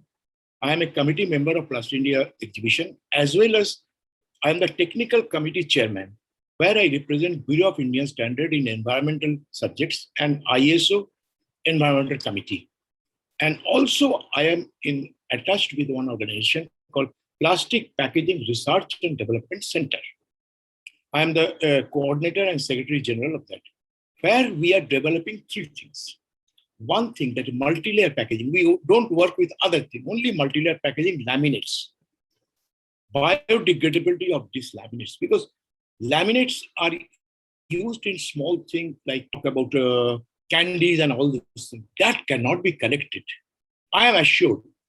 And I can tell you, whoever says that 100% waste is collected is not there.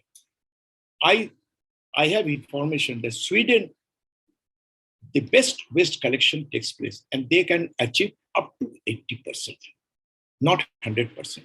So the small candy, when I take the candy, I throw that small pouch.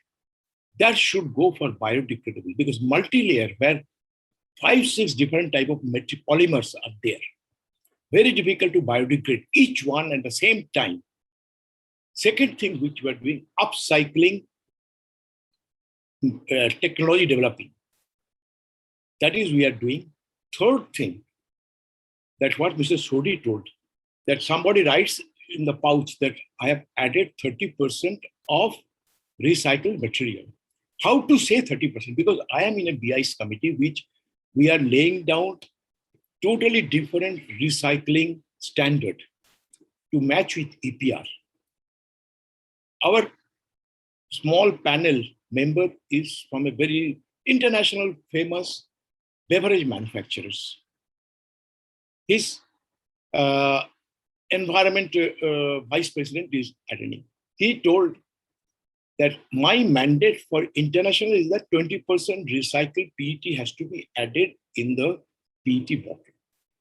I am ready to pay extra 20% price if I get such type of bottle.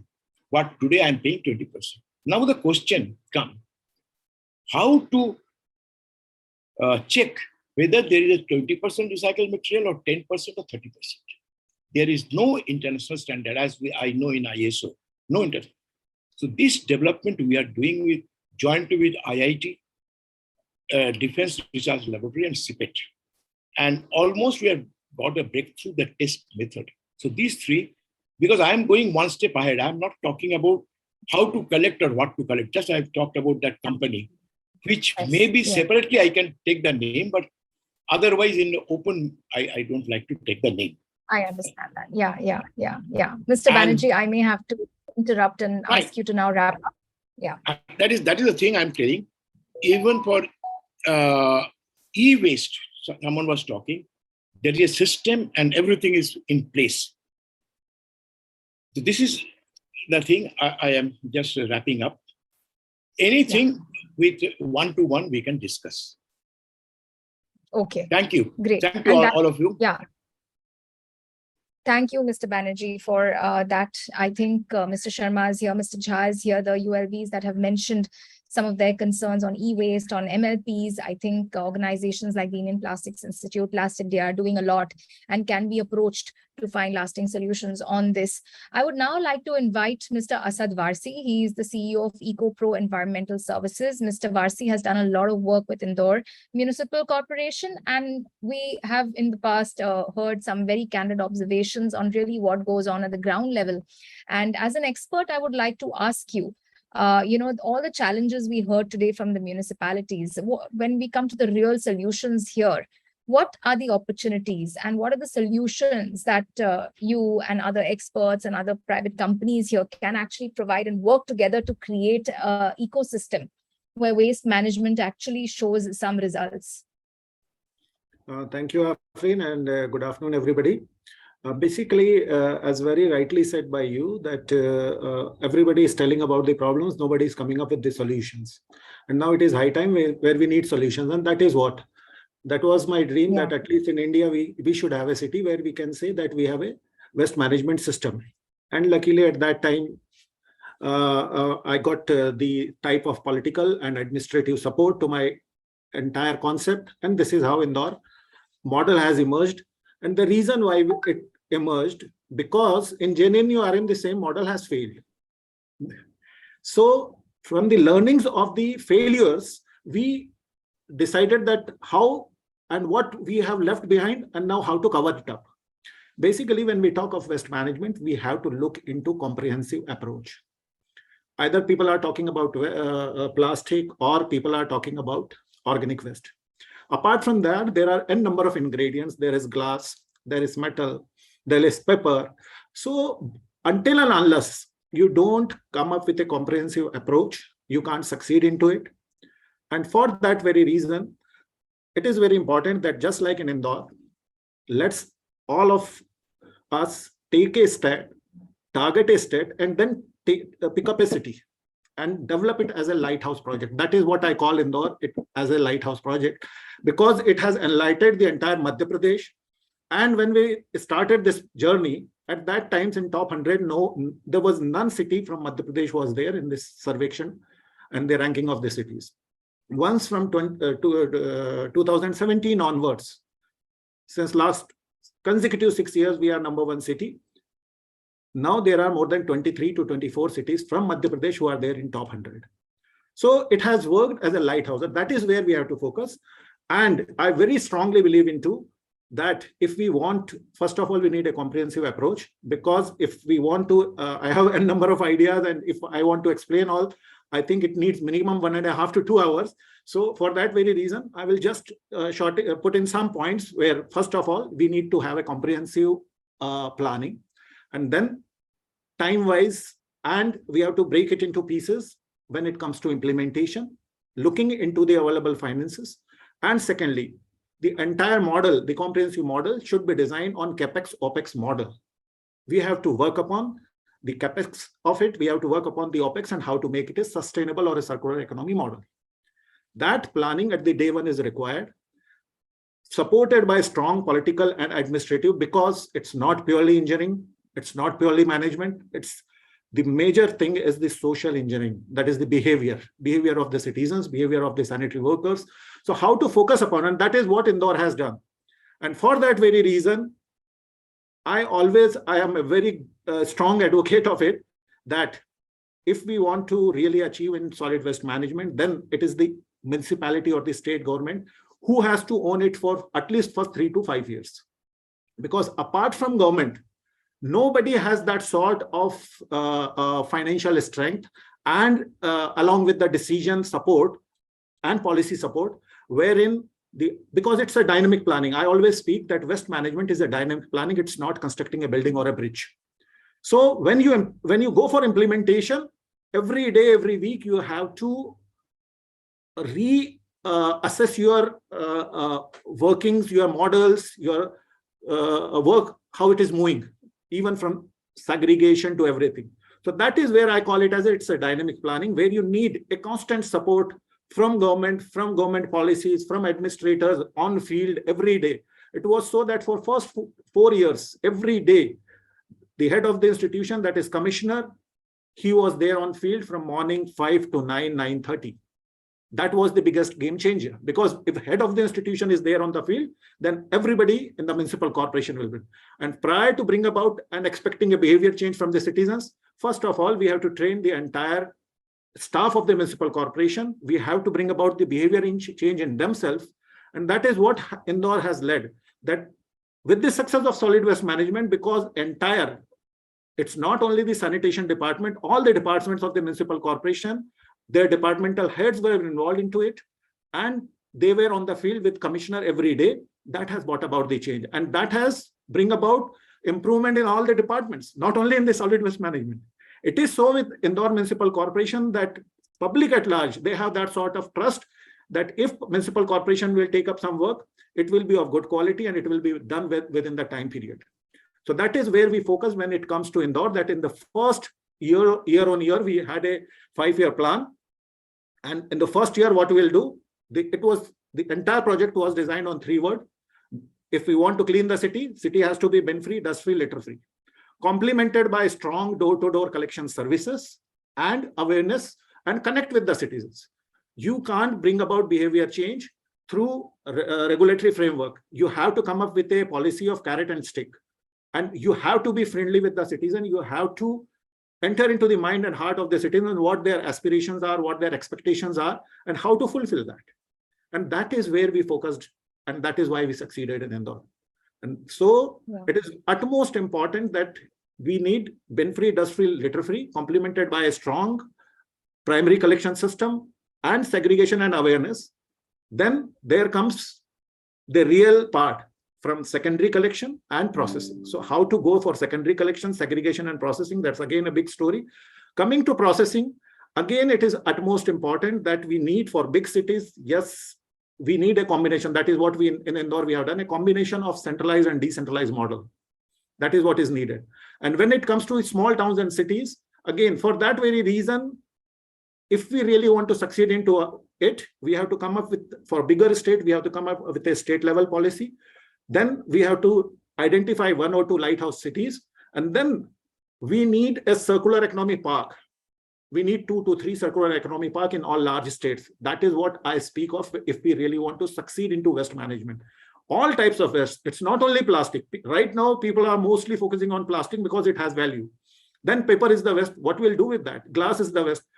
I've seen the technologies now, as you know, that throughout the major cities, we are facing shortage of sand for construction, fine sand. So now in some of the cities, in developed countries, they have started using glass sand. So that is where we have to focus upon, that how to convert each and every component of the waste into resource.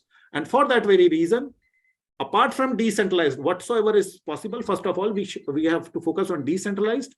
Then we have to come up with scientific aggregation centers. It's not so that it should look like a kabadiwala. And then to all this rag pickers and kabadiwalas, we have to bring it into the organized sector. Now, right now, what's 80% to 90% of the waste, particularly dry waste, is processed by an organized sector. There are very less. And whatever we are doing, we are downcycling, as very rightly said by the gentleman before me. We are not working on the upcycling. We are not looking into the environmental aspects. We are not looking into the health aspects of the workers involved into the processing. So that is what that our processing unit, our aggregation unit should look like an industry, organized industry, and it should run like an industry. That is what we have done in Indore. All the rag pickers, when they started this project, their earning were around 100 to 125 rupees per day. Now, none of the rag picker in Indore is earning less than 350 rupees per day. Some of them are even earning 1,000 rupees a day. And then again, for mostly, you know that most of them are females. Yes. And they were thinking that because they are chori kar rahe waste ki, for that very reason, they start their journey early morning at 2:30 or 3 a.m. and then the n number of other things are being done on them. So for that very reason, we started that, we trained them, we started a bridge school for their children. Now more than, I think, 160 of their children who are involved into rag picking are in the bridge schools. And then we have opened accounts for them. We have started health checks. So basically, it's a comprehensive, it's a long story. To cut short, that we need comprehensive approach and a comprehensive solution, then only we can succeed. Thank you, Afreen. And I hope that our interaction will lead to some good solutions. Thank you. Yes. Thank you, sir. Thank you, Mr. Varsi, for that. Like he said, it's a comprehensive approach, and we need to rethink how we manage our workers, our Safai Sathis, formalize them. Lots more discussions that can keep going on and on, but in the interest of time, I would now move on to our technology providers. We have private sector participants here, companies that have been doing fabulous work in parts of India, but we wanted some of them to come on this platform because we also have public officials, we have government officials to share their work and how they can probably support these ULBs in their efforts. So first, I'd like to invite Mr. Nagesh Prabhu. He's the co-founder and director of Sigma Global Environment Solutions Limited. They're doing fabulous work down south and in other parts of the country as well. Mr. Prabhu, whenever we speak, you mentioned your biggest challenge explaining to ULBs, municipalities, what exactly is landfill mining. And but moving forward, what else would you like to suggest here to our public officials, our people from Swachh Bharat mission? What can you offer? What can Global and Sigma do for them? Thanks, Afreen, and good afternoon all. So Afreen, the biggest point of contention and the advantage that JIGMA has been for working upon are the 4 T's that we popularly call in our internal organization. The first T being the transparency. So we've been taking a lot of steps in bringing transparency because the solid waste management space has been plagued with non-transparent systems, and the contractors have always been at the loggerheads with the ULBs for not keeping transparent operations. So we've been one of the first people to bring in an online ERP system without even the ULB asking us to do that, including data like live feed systems, live camera feeds, the pictures of the vehicles, with empty vehicles, loaded vehicles, and the levels of reclamation that we have done over a period of time was always displayed on this platform. It was a simple user ID and password with internet system, with which somebody can over the phone or on the internet could view what is happening in their city in terms of land reclamation. So this was one biggest shot in the arm for us. The second being the testing. Overall, landfill mining, as you rightly said, has been a biggest challenge. It is not about just segregating the waste that is there in the landfills. It's a sustainable development goal, which ultimately has to lead to a circular economy.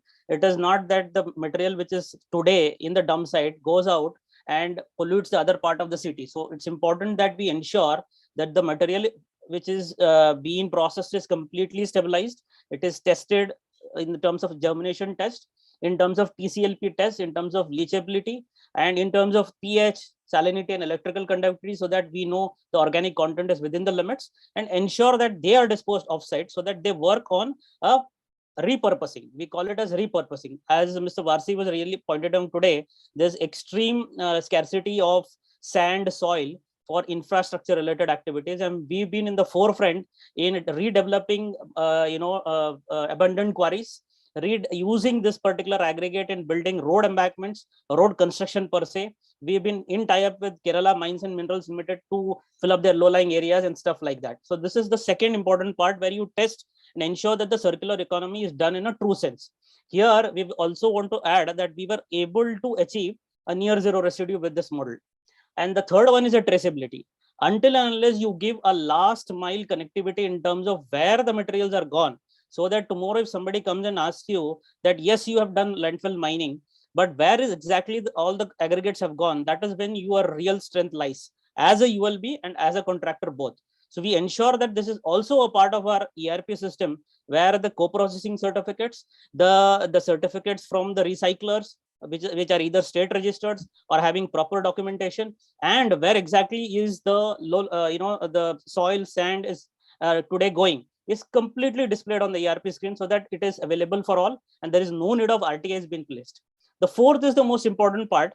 Today, more or less, everybody thinks that biomining is only putting trommels and running them left, right, and center so that the metal gets segregated. We have clinched that pattern. We have seen it in a lot of models today that they have extremely failed. We need much more than that, so that because we should not convert one big landfill into 4 smaller landfills.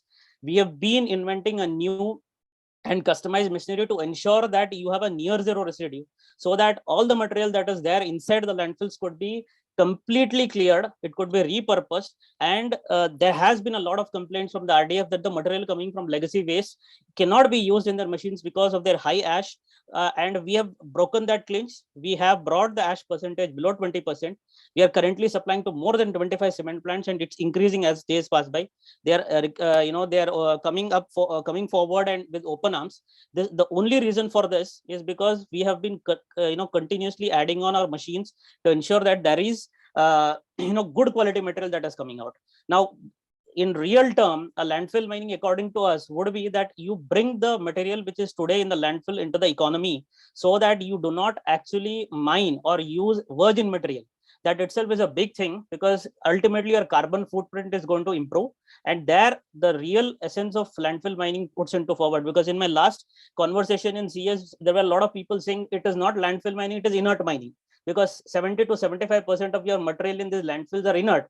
So why do you exactly, or why do you even require to reclaim this dump site? So now if you reclaim this dump site, there are 2 advantages. One, you can use the recovered material for in places or as a substitute to virgin material. And 2, the reclaimed land today, which is essentially an integral part of the city, could be used for building infrastructure projects of larger sizes. something like what the Seoul World Cup Stadium was done in South Korea by our partners, and it could be a win-win situation for all. Afrin, finally, I would like to say that overall, the SBM 2.2 has done great job in bringing in Lux Zero Dump Site. The only wish that we have is it should be taken in the right direction. There should be an ultimate transparency, and tenders should be brought in a very, very comprehensive way, so that right bidders with right technologies come forward, and it is going to see a daylight, and we really have a Lux Zero coming forward. Thank you, Afrin.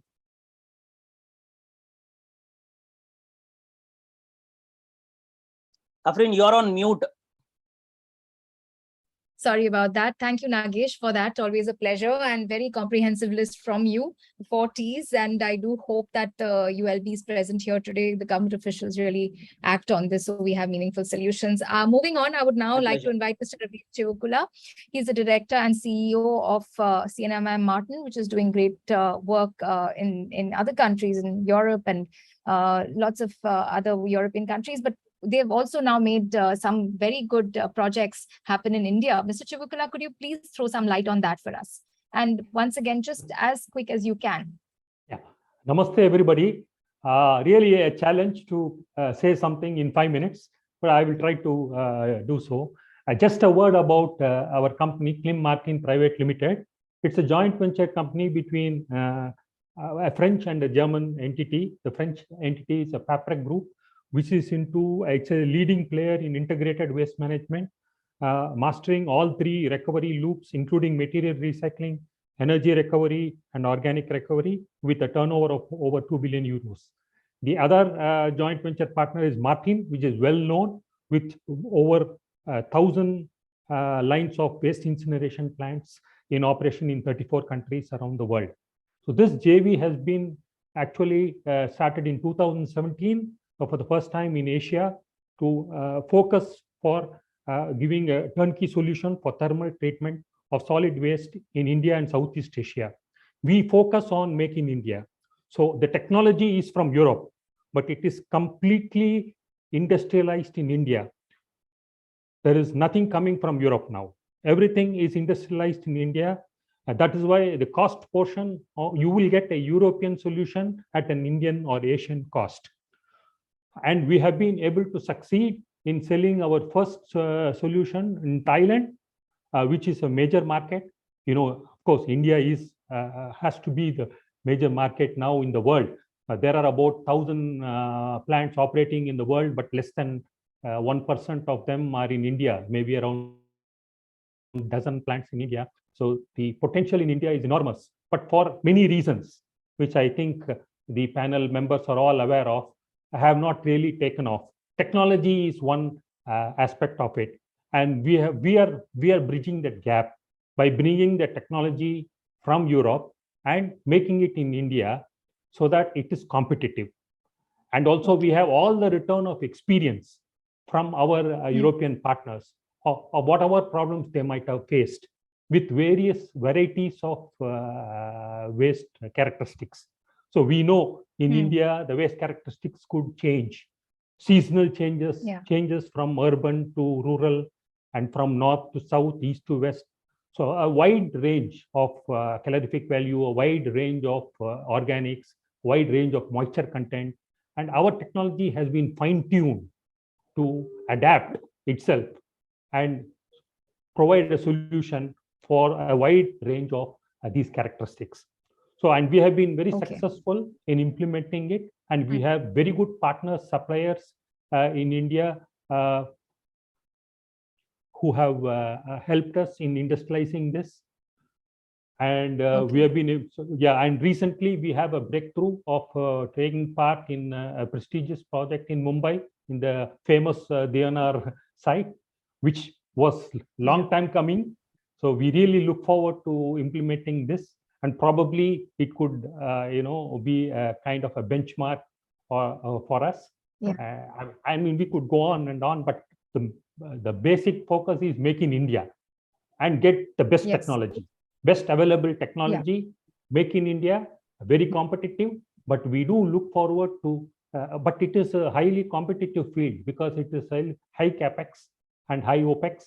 So we need a lot of support because a lot of support from the government authorities to treat this as not as a fuel, but as a problem to be addressed. And accordingly, the policies have to be waste. Problem of waste. Incineration is not a biomass. So people think it is a glorified biomass. It is not a biomass. It is much more than that. For the same quantity of biomass and the municipal solid waste, it is the boiler system is 3 times heavier. So that much cost would be involved. So it's and also we have the problem of emissions coming from, and the lot of NGOs are trying to discourage incineration of waste, but we have the technology to treat these emissions and bring it down to a level is definitely not a problem, which is acceptable to European standards also. So this is no longer a constraint. So we really look forward to contributing towards this sector in India. Thank you very much. Thank you so much. Thank you so much, sir. For that, technology is definitely not the problem. Finding synergies that work, finding solutions that are actually implemented on the ground. That's what we're here for. Now I move on to Mr. Pankaj Malhotra. He's the MD of Auto Waste Systems India Private Limited. Mr. Malhotra, if you can briefly tell us about your company, and once again, I'd like to request you to keep it short in the interest of time. Sure. Could you just tell us and Mr. Jha and other officials here how you can offer your services to them? Yeah, good afternoon, everybody. My name is Pankaj Malhotra. I represent a company, Auto Waste Systems India Private Limited. We are a part of the Auto Group. Our Asia office is in Singapore, and we are based out of Mumbai. We are basically, we are manufacturers and suppliers of waste handling bins. We are the pioneers in the waste handling bins, which have the 2 wheels, the 4 wheels, and we have also have the various bins where you can segregate your garbage, which you find at many airports, many malls, and other places. We are the suppliers of the bins. These bins are compatible to the garbage trucks, which transport the garbage from one place to another. We have also now launched new type of bins, which we are trying to now promote here, are the bins which are solar compaction bins, where you can put in the garbage inside, the garbage keeps on getting compacted, and then you have a fill level sensors, you can track where your bins are, how much they are filled, so that you can empty it, and you can also have the locations of the bins. This is a new thing which we have now introduced. Bins, basically what we see now, we are trying to work now. The gentleman sometimes said that there are problems of door-to-door collection or something like that, and we find in many places now, many cities also have come up with the ideas that they want a bin-free city. Now we understand where does the garbage go? We really don't know. So what we find in many places that the garbage at times is just dumped on the streets because there are no bins. There are no bins. Now, if a waste collector goes from door to door, he has to take the garbage by the bin with the bins. Fine, the societies, the big complexes, they all have the bins. But what about the streets? We find so much of litter on the streets. So we are now trying to introduce new types of bins or something like that, whereby the bins also look good and the garbage can be collected properly. Besides the bins, we also have a division where we sell garbage compactors. We represent a company from the US High, where the garbage compactors are manufactured in India. We have sold more than about 2,000 compactors so far. We also sell road sweeping machines, both the self-propelled ones, the truck-mounted ones. We have also now introduced electric road sweepers, which we are trying to promote here now. We also are into beach cleaning. We also supply beach cleaning machines, which are now currently working in most of the beaches in the country. And we hope we try to bring in more and more of technology, which can be useful to most of the ULBs and the municipalities all over the country. Thank you. I was brief. As brief as you could get. Thank you so much, Thank Mr. you. Malhotra. And I think technology can be a valuable tool in solving all the problems that have been discussed in the last 2 hours on this session. And we have to move on now to Mr. Abhishek Bhave. He's the Growth Unit Head of Waste to Energy GU, Thermax, Babcock and Wilcox Energy Solutions. Mr. Bhave. Thank you. So I'll be also brief. As you are aware, Thermax is basically working on clean energy, clean air and clean water. These are the 3 areas where we are working right now and offering sustainable solutions in energy and environment. So I come from a growth unit, which is waste to energy. So I'm handling the waste to energy portfolio, and where we are offering the solutions in waste to energy is multiple areas. So like municipal solid waste. So whatever is coming as urban municipal solid waste, we are offering solution in that space, for which we have a tie-up with a German technology provider, Stanmuller, and we are offering European technology for the same, including the gas cleaning system. And of course, everything is made in India. The designing is also happening in India. So we have had a technology transfer. So we are offering a state-of-the-art technology which is globally acceptable. At the same time, we are also indigenizing it, because we know what can run in India because of our vast experience over the last 50 years in the country. So that is what we are doing right now in the MSW space. But municipal solid waste, also see that it also has, typical waste has one urban municipal solid waste, second industrial waste, where there are a lot of non-recyclables. And we are seeing solutions which are centralized, decentralized both. And what I can say from my experience in the industry so far is not one solution is going to, we will have to go for multiple solutions, both centralized and decentralized. And the reason being the vast waste generation which is happening in the country, and the spread in the geography which we have. It is very difficult to collect. I was listening to someone who said it is difficult to collect at one spot. It's true. It is difficult to collect all the waste at one spot. So we will have to go for both solutions, decentralized and centralized. And we are playing as a solution provider in both space. For example, we put one waste to energy plant for a customer in Dahej, which was generating around 100 tons of non-recyclable waste in the industry, which was earlier going, some portion of it was going to landfill, some portion of it was going to the cement kilns, and the customer had to pay for it. So there was a lot of carbon footprint attached to that waste handling as well. So we provided a waste to energy solution to this customer, along with an integrated flue gas cleaning system, which is absent in any cement plant, by the way. So along with this integrated flue gas cleaning system, we offered a solution where customer could meet the steam as well as power demand both. So customer was buying 1.5 megawatt from the grid, and we could deliver 2 megawatt power. So that is the value addition which we can do in a decentralized way, where at industry level, we will not allow the waste to come out. It is getting utilized in the same space where it is generated. So that is one way where we can offer solutions. And also we are offering solutions in the multi-waste category, where different private players need power, need steam, need cooling requirements, where we can utilize the waste they are generating and available bio-waste, biofuels, which are available around, along with RDF and municipal solid waste. We can combust them in single boiler and generate the required steam, or also provide cooling solutions around waste fired. So this is the space where we are working right now, providing both types of solutions. And that's all from my side today. Thank you. Thanks so much, Mr. Bhave. Interesting work you're doing there, and I do hope that we're able to come with concrete, synergies between you all and ULBs that really want to have an impact. Moving on now, we have Mr. Afsar Ahmed Mohammed. He's the director of Recycle, a digital technology company that provides cloud-based solutions for waste management and the recycling industry. Mr. Ahmed, could you just briefly shed light on what Recycle does? Yeah, good afternoon all. Thank you, Safri. Recycle basically is the India's first e-commerce, waste e-commerce platform, which we developed. So what we observe in this, country is, whatever segregation is happening, whatever, material is, generating. So people unable to sell at a proper good price in proper market. So what we did is we started a Recycle on 2016. And we started 2018 is a B2B marketplace for Recycle for waste selling.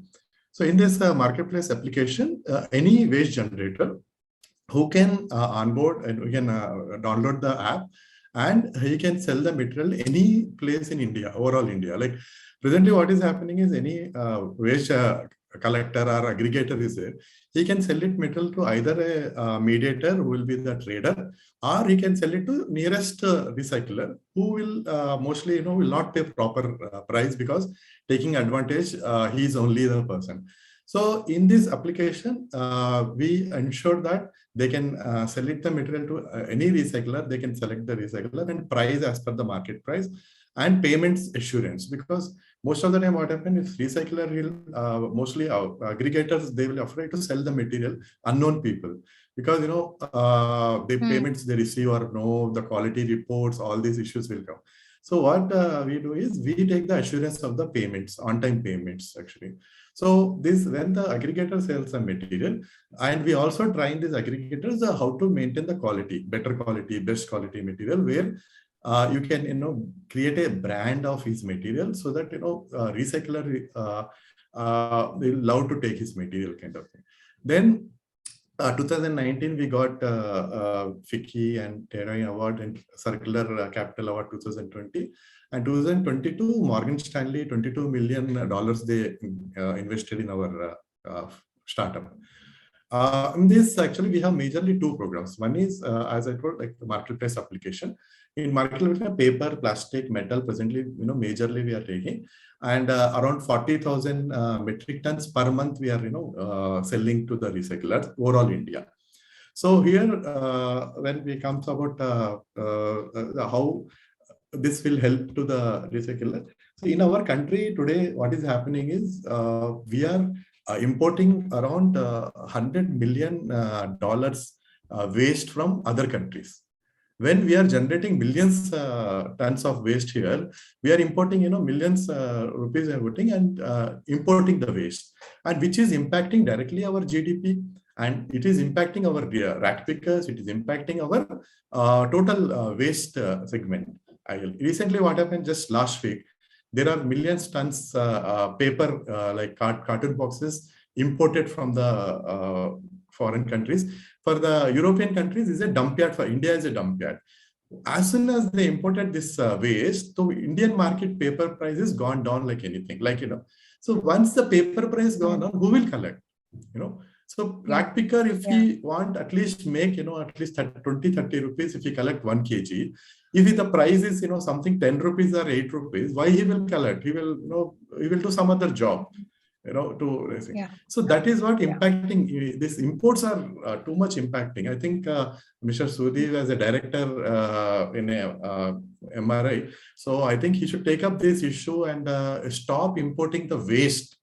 Let's import the quality. Let's export the waste, our country waste. Let somebody export, take the waste from our country. So we need to change this. So that is impacting a lot of recycled business. And second, what we are doing is second program, which is DRS, Deposit Retained Scheme.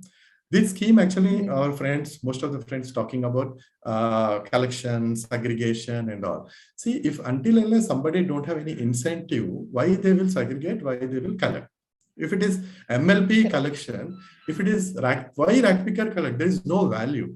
Today, MLP totally converted into the EPR category 2, which is category 2 means it's MLP is not MLP they are talking. MLP, they become a recyclables.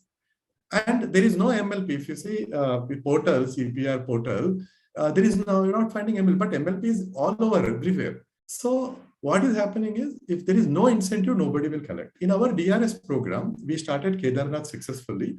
So what we are doing is we are giving QR codes to the shops at selling. These QR codes they are putting into the water bottles and the plastic bags, and 10 rupees they are collecting extra from the water bottles. So once Kedarnath, entry point, they will buy the water bottle. The sticker will be put it in the QR code will put it in the water bottle. Extra 10 rupees will collect it. Once this bottle he used, once he returned to the shop, so he'll get 10 rupees back. Okay. If he throws that bottle somebody else, somebody is throwing that bottle anywhere. If any rack picker collects that bottle, he brings and give it in the shop, he'll get 10 rupees. So in this, what happens? The rack picker 10 bottle collects 100 rupees. Today, if a rack picker collects 40 bottles, 1 kg PET. Okay, that 1 kg PET today is market rate is for the rack picker is 15 rupees to 20 rupees. So until unless we don't introduce incentives like a DRS program, we are actually promoting this program like anything. We created an application on this DRS program. And in Kedarnath, I think anybody visiting nearby future, so you can just observe this program. You can see that program, like DRS program in Kedarnath. Okay. And we are also implementing many other places. So I think that's my time is over. I think I have any time. I think Thank you. Thank you. No, I think, we'll have to wrap up now. Thank you, Mr. Afsar Ahmed. We now have Mr. Sandeep Singh. He's the CEO of Ishitwa Robotic Systems. Sandeep, if you can very quickly tell us about IRS and how you are, using technology to change how waste is sorted. Bilkul, I'll be quick. Since it is North India, I'll be talking in Hindi. Hello, everyone, and congratulations, Afreen and the team. It's a great initiative. मेरा नाम संदीप है, मैं एक technology company lead करता हूं जिसका नाम है इशित्वा रोबोटिक सिस्टम्स। हम लोग ऑटोमेटेड सॉर्टिंग की मशीन्स और सॉल्यूशंस बनाते हैं for waste industry using industry 4.0 tools such as artificial intelligence, machine learning and IoT। मैं बताना चाहूंगा कि हमारी टेक्नोलॉजी ये डेवलप वर्ल्ड की टेक्नोलॉजी से बेहतर क्यों है। डेवलप वर्ल्ड में जो ऑटोमेशन यूज होता है वेस्ट मैनेजमेंट इंडस्ट्री में, वो रिफ्लेक्शन सेंसर के बेसिस पे यूज होता है। हम सबने रमन थ्योरी पढ़ी है क्लास 11-12 में। जब आप किसी भी पॉलीमर पे आप कोई लाइट थ्रो करते हो, थोड़ा अब्जॉर्ब होता है, थोड़ा रिफ्लेक्ट होता है। Based on reflection intensity you can gauge what is that polymer and then you can separate it using pneumatic valves और रोबोटिक सॉल्यूशंस।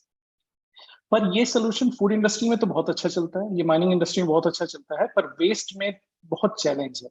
वेस्ट में कई बार ऑब्जेक्ट के ऊपर धूल की या डर्ट की या ग्रीस की एक लेयर होती है जिससे रीडिंग गलत हो जाती है। ऑब्जेक्ट के ऊपर अगर स्टिकर है, सारे पेट बॉटल के ऊपर certain portion is covered with sticker, again reflection की रीडिंग गलत हो जाती है। अगर मल्टी लेयर पैकेजिंग है तो एक रिफ्लेक्शन सेंसर केवल टॉप लेयर रीड करता है, जैसे कि मुनकोटिया जी ने बोला कि MLP एक प्रॉब्लम है। ये ऑटोमेशन सॉल्यूशंस MLP के लिए सॉल्यूशन नहीं प्रोवाइड कर पाते। अगर ऑब्जेक्ट ब्लैक कलर का है तो वो लाइट एब्जॉर्ब कर लेता है। तो ये सारे चैलेंजेस हैं इस टाइप के पैसिव टेक्नोलॉजी को इस वेस्ट इंडस्ट्री में यूज करना। इसलिए हम लोगों ने आर्टिफिशियल इंटेलिजेंस पावर्ड सॉल्यूशन बनाया है। और आपको ये जान के प्राउड होगा कि आज की डेट में ये दुनिया का सबसे एडवांस सॉल्यूशन है for municipal solid waste applications. इसको बनाने में हमें 6 साल लगे। अब हमारी जो टेक्नोलॉजी है वो 3.2 मीटर पर सेकेंड की बेल्ट पे काम करती है। वो polymer, colour, even brand level of information at such a high speed test कर पाती है और उसके हिसाब से सेपरेट कर सकती है। चाहे वो मल्टी लेयर पैकेजिंग हो जिसको रिकवर करना हो मिक्स वेस्ट में से, या फिर पेट हो, या कोई भी रिसाइक्लेबल मटेरियल हो, पेपर हो, कार्डबोर्ड हो, उससे बहुत ही हाई स्पीड पे अलग कर पाती है। और हमने बिकॉज ये कम्प्लीटली इंडियन मेड है और इंडिया में डेवलप की गई टेक्नोलॉजी है और इसमें एक्सपेंसिव सेंसर्स नहीं लगे हैं, हमने इसको बहुत ज्यादा इकोनॉमिकली वायबल बना दिया है। Even for the decentralise operation, जैसा कि जम्मू से सर बोल रहे थे कि हमें डिसेंट्रलाइज ऑपरेशन के लिए सोल्यूशन चाहिए, उसके लिए भी हमने इसको क्रिएट किया है।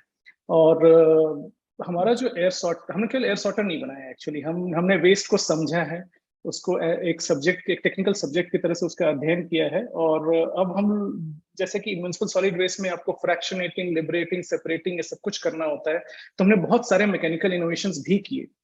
तो अब हम पूरा मटेरियल रिकवरी फैसिलिटी बना रहे हैं। हम लोग उत्तराखंड में एक फुल्ली, दुनिया का पहला फुल्ली ऑटोमेटेड MRF क्रिएट कर रहे हैं इस समय, जिसमें सॉर्टिंग के किसी भी स्टेप पे इंसान का हाथ यूज नहीं होगा। It's a fully automated first such facility we are setting up in Uttarakhand. So इस प्लेटफॉर्म से मैं ये आप म्युनिसिपैलिटी के लोगों को इनवाइट करना चाहूंगा। हम लोगों ने अहमदाबाद में इनोवेशन सेंटर बनाया है डेडिकेटेड टू वेस्ट मैनेजमेंट, और हम चाहेंगे कि आप यहाँ पे आए, मशीन्स के साथ एक्सपेरिमेंट करें, इनके साथ खेलें और हमारे साथ इस जर्नी में पार्टिसिपेट करें। We are going to leapfrog and create the world most advanced waste management system in this country, like telecom sector did possibly as a parallel. Thank you.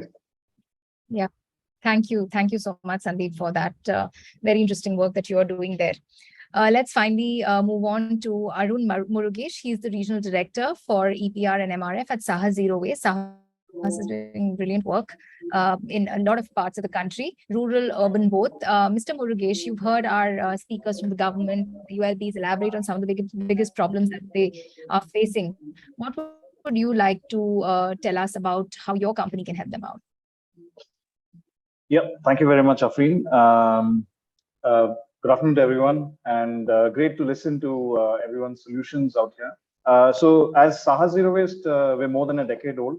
We have a very comprehensive solution around waste management. We do quite a lot of things, but today I can talk to you about how we help government manage municipal solid waste. So we work heavily with very simple solutions with cutting edge technology. We work with decentralized MRFs, and we have a few pilot projects that we have facilitated the government to set up. So we have 4 pilot projects in Karnataka itself. We're heavily based in the south, and we have good expansion plans for setting up at least 100 to 200 MRFs in decentralized mode. The beauty about these projects are they're dedicated to rural India. So most of the times we talk about waste management in the metros and cities, but this time with waste management, we're looking at rural India quite intensely. Also, it's very important to know that the model that we have come up with, we've come up with business models that will help self-help groups, and it creates a very inclusive model. Now, when I say inclusive model, we don't want to displace anyone who's already been there in the waste management, supply chain.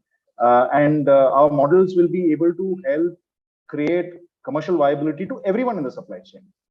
We also focus a lot on resource recovery. Coming to technology, we have developed our own customized MIS solutions for MRFs, for material recovery facilities. We have digitization of data through IoT. We have traceability through blockchain. We also have value-added solutions, not just through the MRFs, but also through solutions like plastic recovery facilities. It's called PRFs, textile recovery facilities, which is a big problem for municipal solid waste. A big portion of waste is actually as textile waste. So these are very few overviews that we provide. Of course, there's a lot of detailing. We spoke a lot about MLP today. We heard a lot of problems around MLP. So through EPR, we form very good solutions around MLP, plastic credits. So where I'm coming from is, as Saha Zero Waste, we've been able to help government as consultants to the government to be able to set up very inclusive formal operations through decentralized MRFs, which will, for instance, one MRF can cater to approximately 40 gram panchayats. So waste coming from 40 villages can be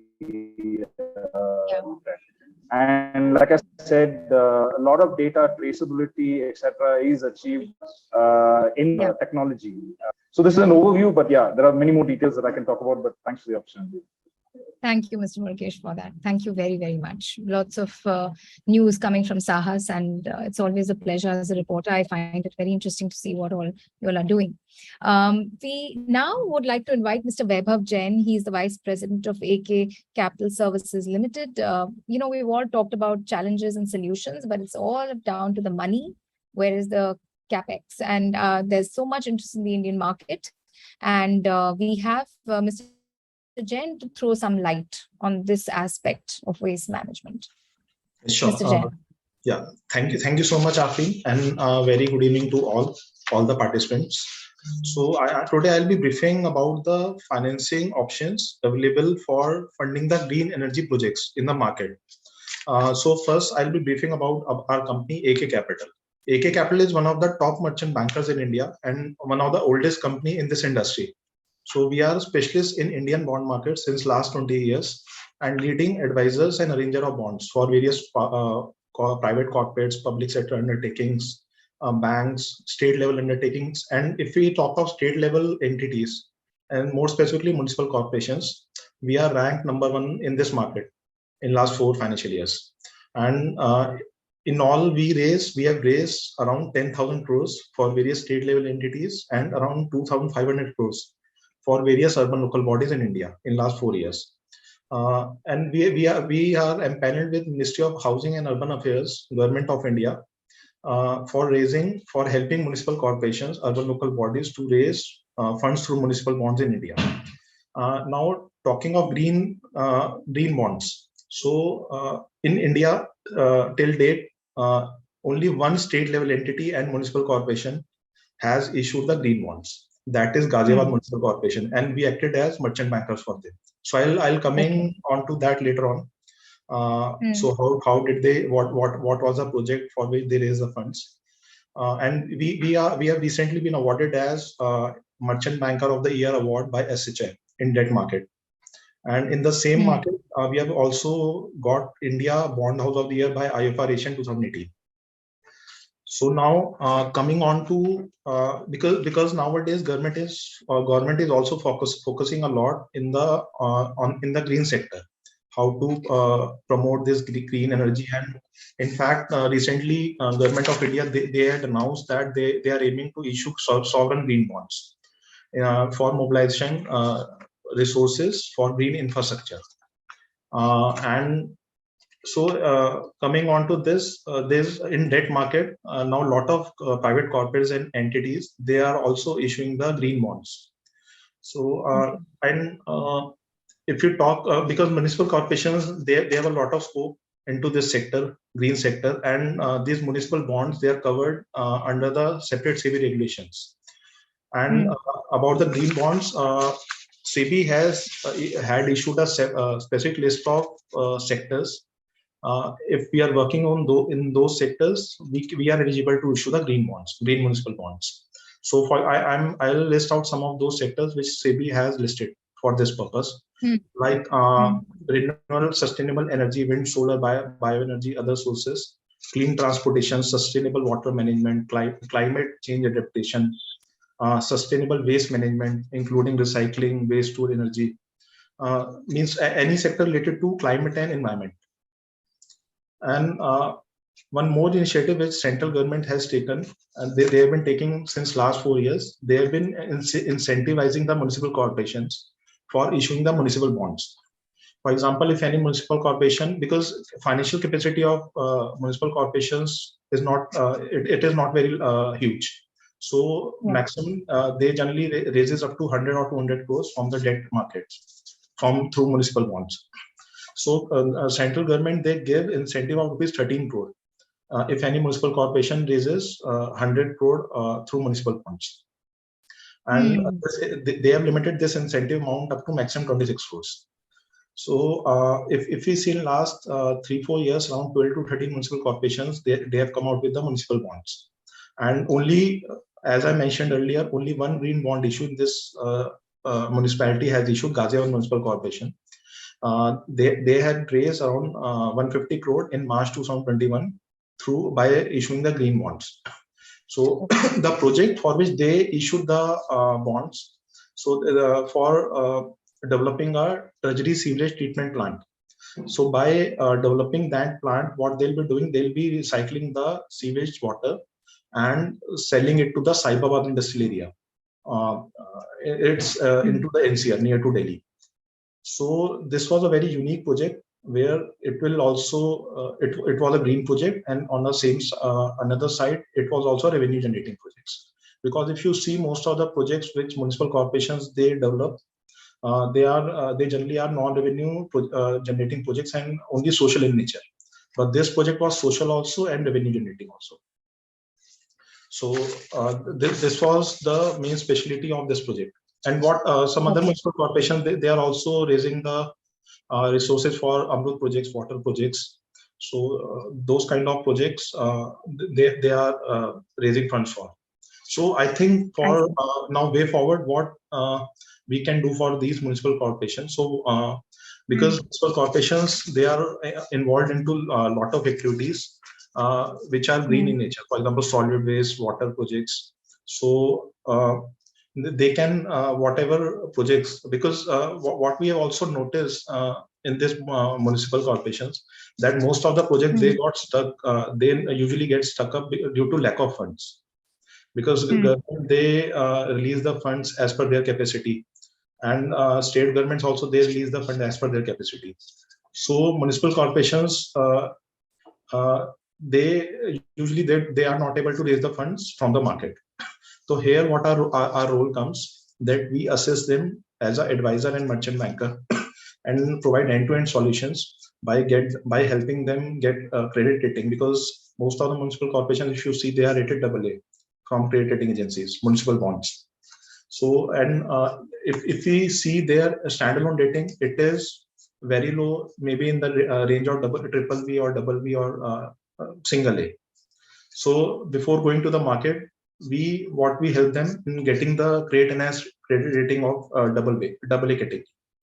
So by achieving that rating, investors show interest. For example, in Ghaziabad, one international investor, Morgan Stanley, invested some 25 crore in the issue. So, and this green bonds, it attracts various international investors also, because some investors, they have specific set of guidelines, and they invest only in green bonds only. So now urban local bodies, they can whatever green projects they have been undertaking. So they can, for those projects, if they have short of funds, they can approach the debt markets through and raise the funds through municipal bonds. Because what happens, government is also giving the incentive. By availing that incentive, their cost of borrowing, it reduces a lot. And it becomes lowest cost mode if you compare with any other mode like term loan or any other mode of financing. So, but quantum of any municipal corporation or any fundraising, it may be decided based on the financial strength of the municipal corporation or their projects. So this is what we can help them to raise the funds through green bonds by issuing the bonds to various investors. Understood. So that is from my side. Yeah. Okay. Thank you so much, Mr. Jain. That's very important information, which I think all ULBs should know, and probably a lot of them haven't yet, given much thought to. So with that, I would like to, thank all our speakers and participants who were here today, and ask Aninda, the head of marketing for Solid Waste India, to give his closing remarks and the session summary. Aninda. Thank you, Afreen. Am I audible? Yes, you are. Yeah. Okay. Thank you. So it has been one of the best, discussions. In fact, I think I have got 3-4 pages of notes already.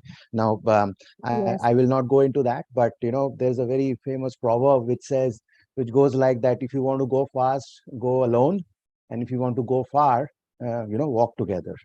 So what came out from various insights that we gathered during this 2+ hours is that there has to be a comprehensive approach. Okay, and that comprehensive approach can happen when there is co-action and there is collaboration. And so as you know that this is just a stepping stone towards getting some very concrete results. That is why we are doing this program. So this is stage one. Stage one basically is to find alignment between the urban local bodies, the industry, as well as the technology solution providers. You can call it a triangulation of views, as to where the sweet spot is. And then based on that, we will have the physical roadshows, where we will focus specifically on those action areas, which are a focal area for the government for the next 2 to 3 years. So that is, so, and as you, I think, rightly said in the last, discussion, is that the overarching, objective is to foster a sense of, shared vision for solid waste management, where we tackle the dual, challenges of pollution control and sustainability. It has to be both, and basically to create an environment where these kind of free-flowing discussions take place, ideas come up, and there is a lot of collaboration.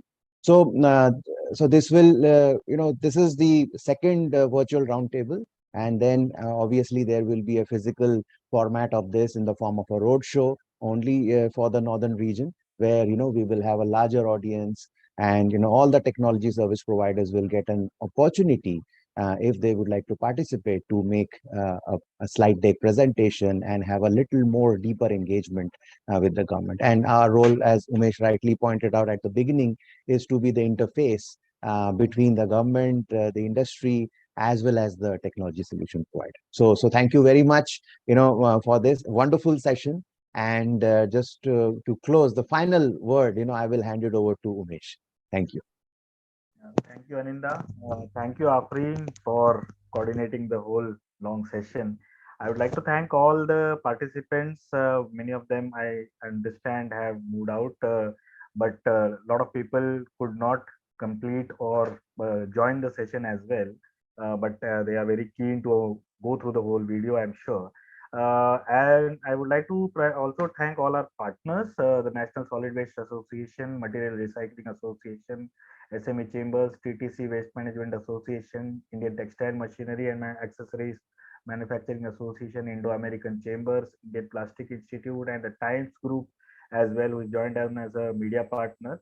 To close on, as we have defined it, why we are doing this session, we are going to reach out to each one of you on the key points that the government agencies have suggested and where exactly you can fit into that as a solution provider. And that's where we want to take our physical program to. If this discussion can come out as an MOU partnership or a couple of pilot projects which can be launched in partnership with our knowledge partners, that's where we wanted to match the technology versus and requirement. So very shortly we will be reaching out to you, and I'd also like to thank Radhika, who has been the backend management of the whole session. I am sure she has been chasing each one of you vigorously.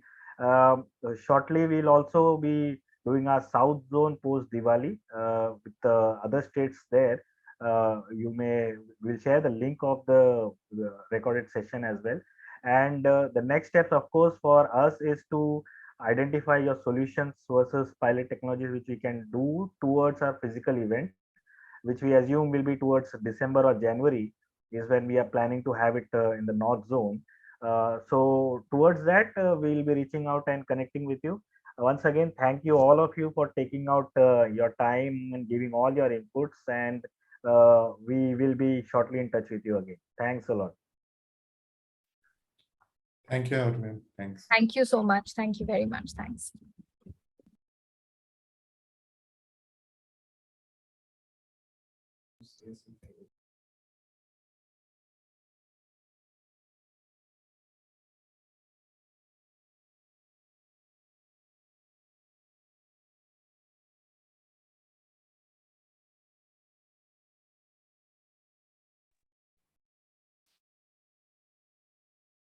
Rajneesh sir, आप हो?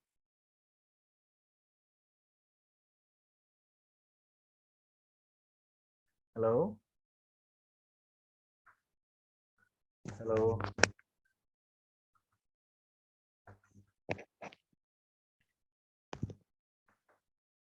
Hello? Yes?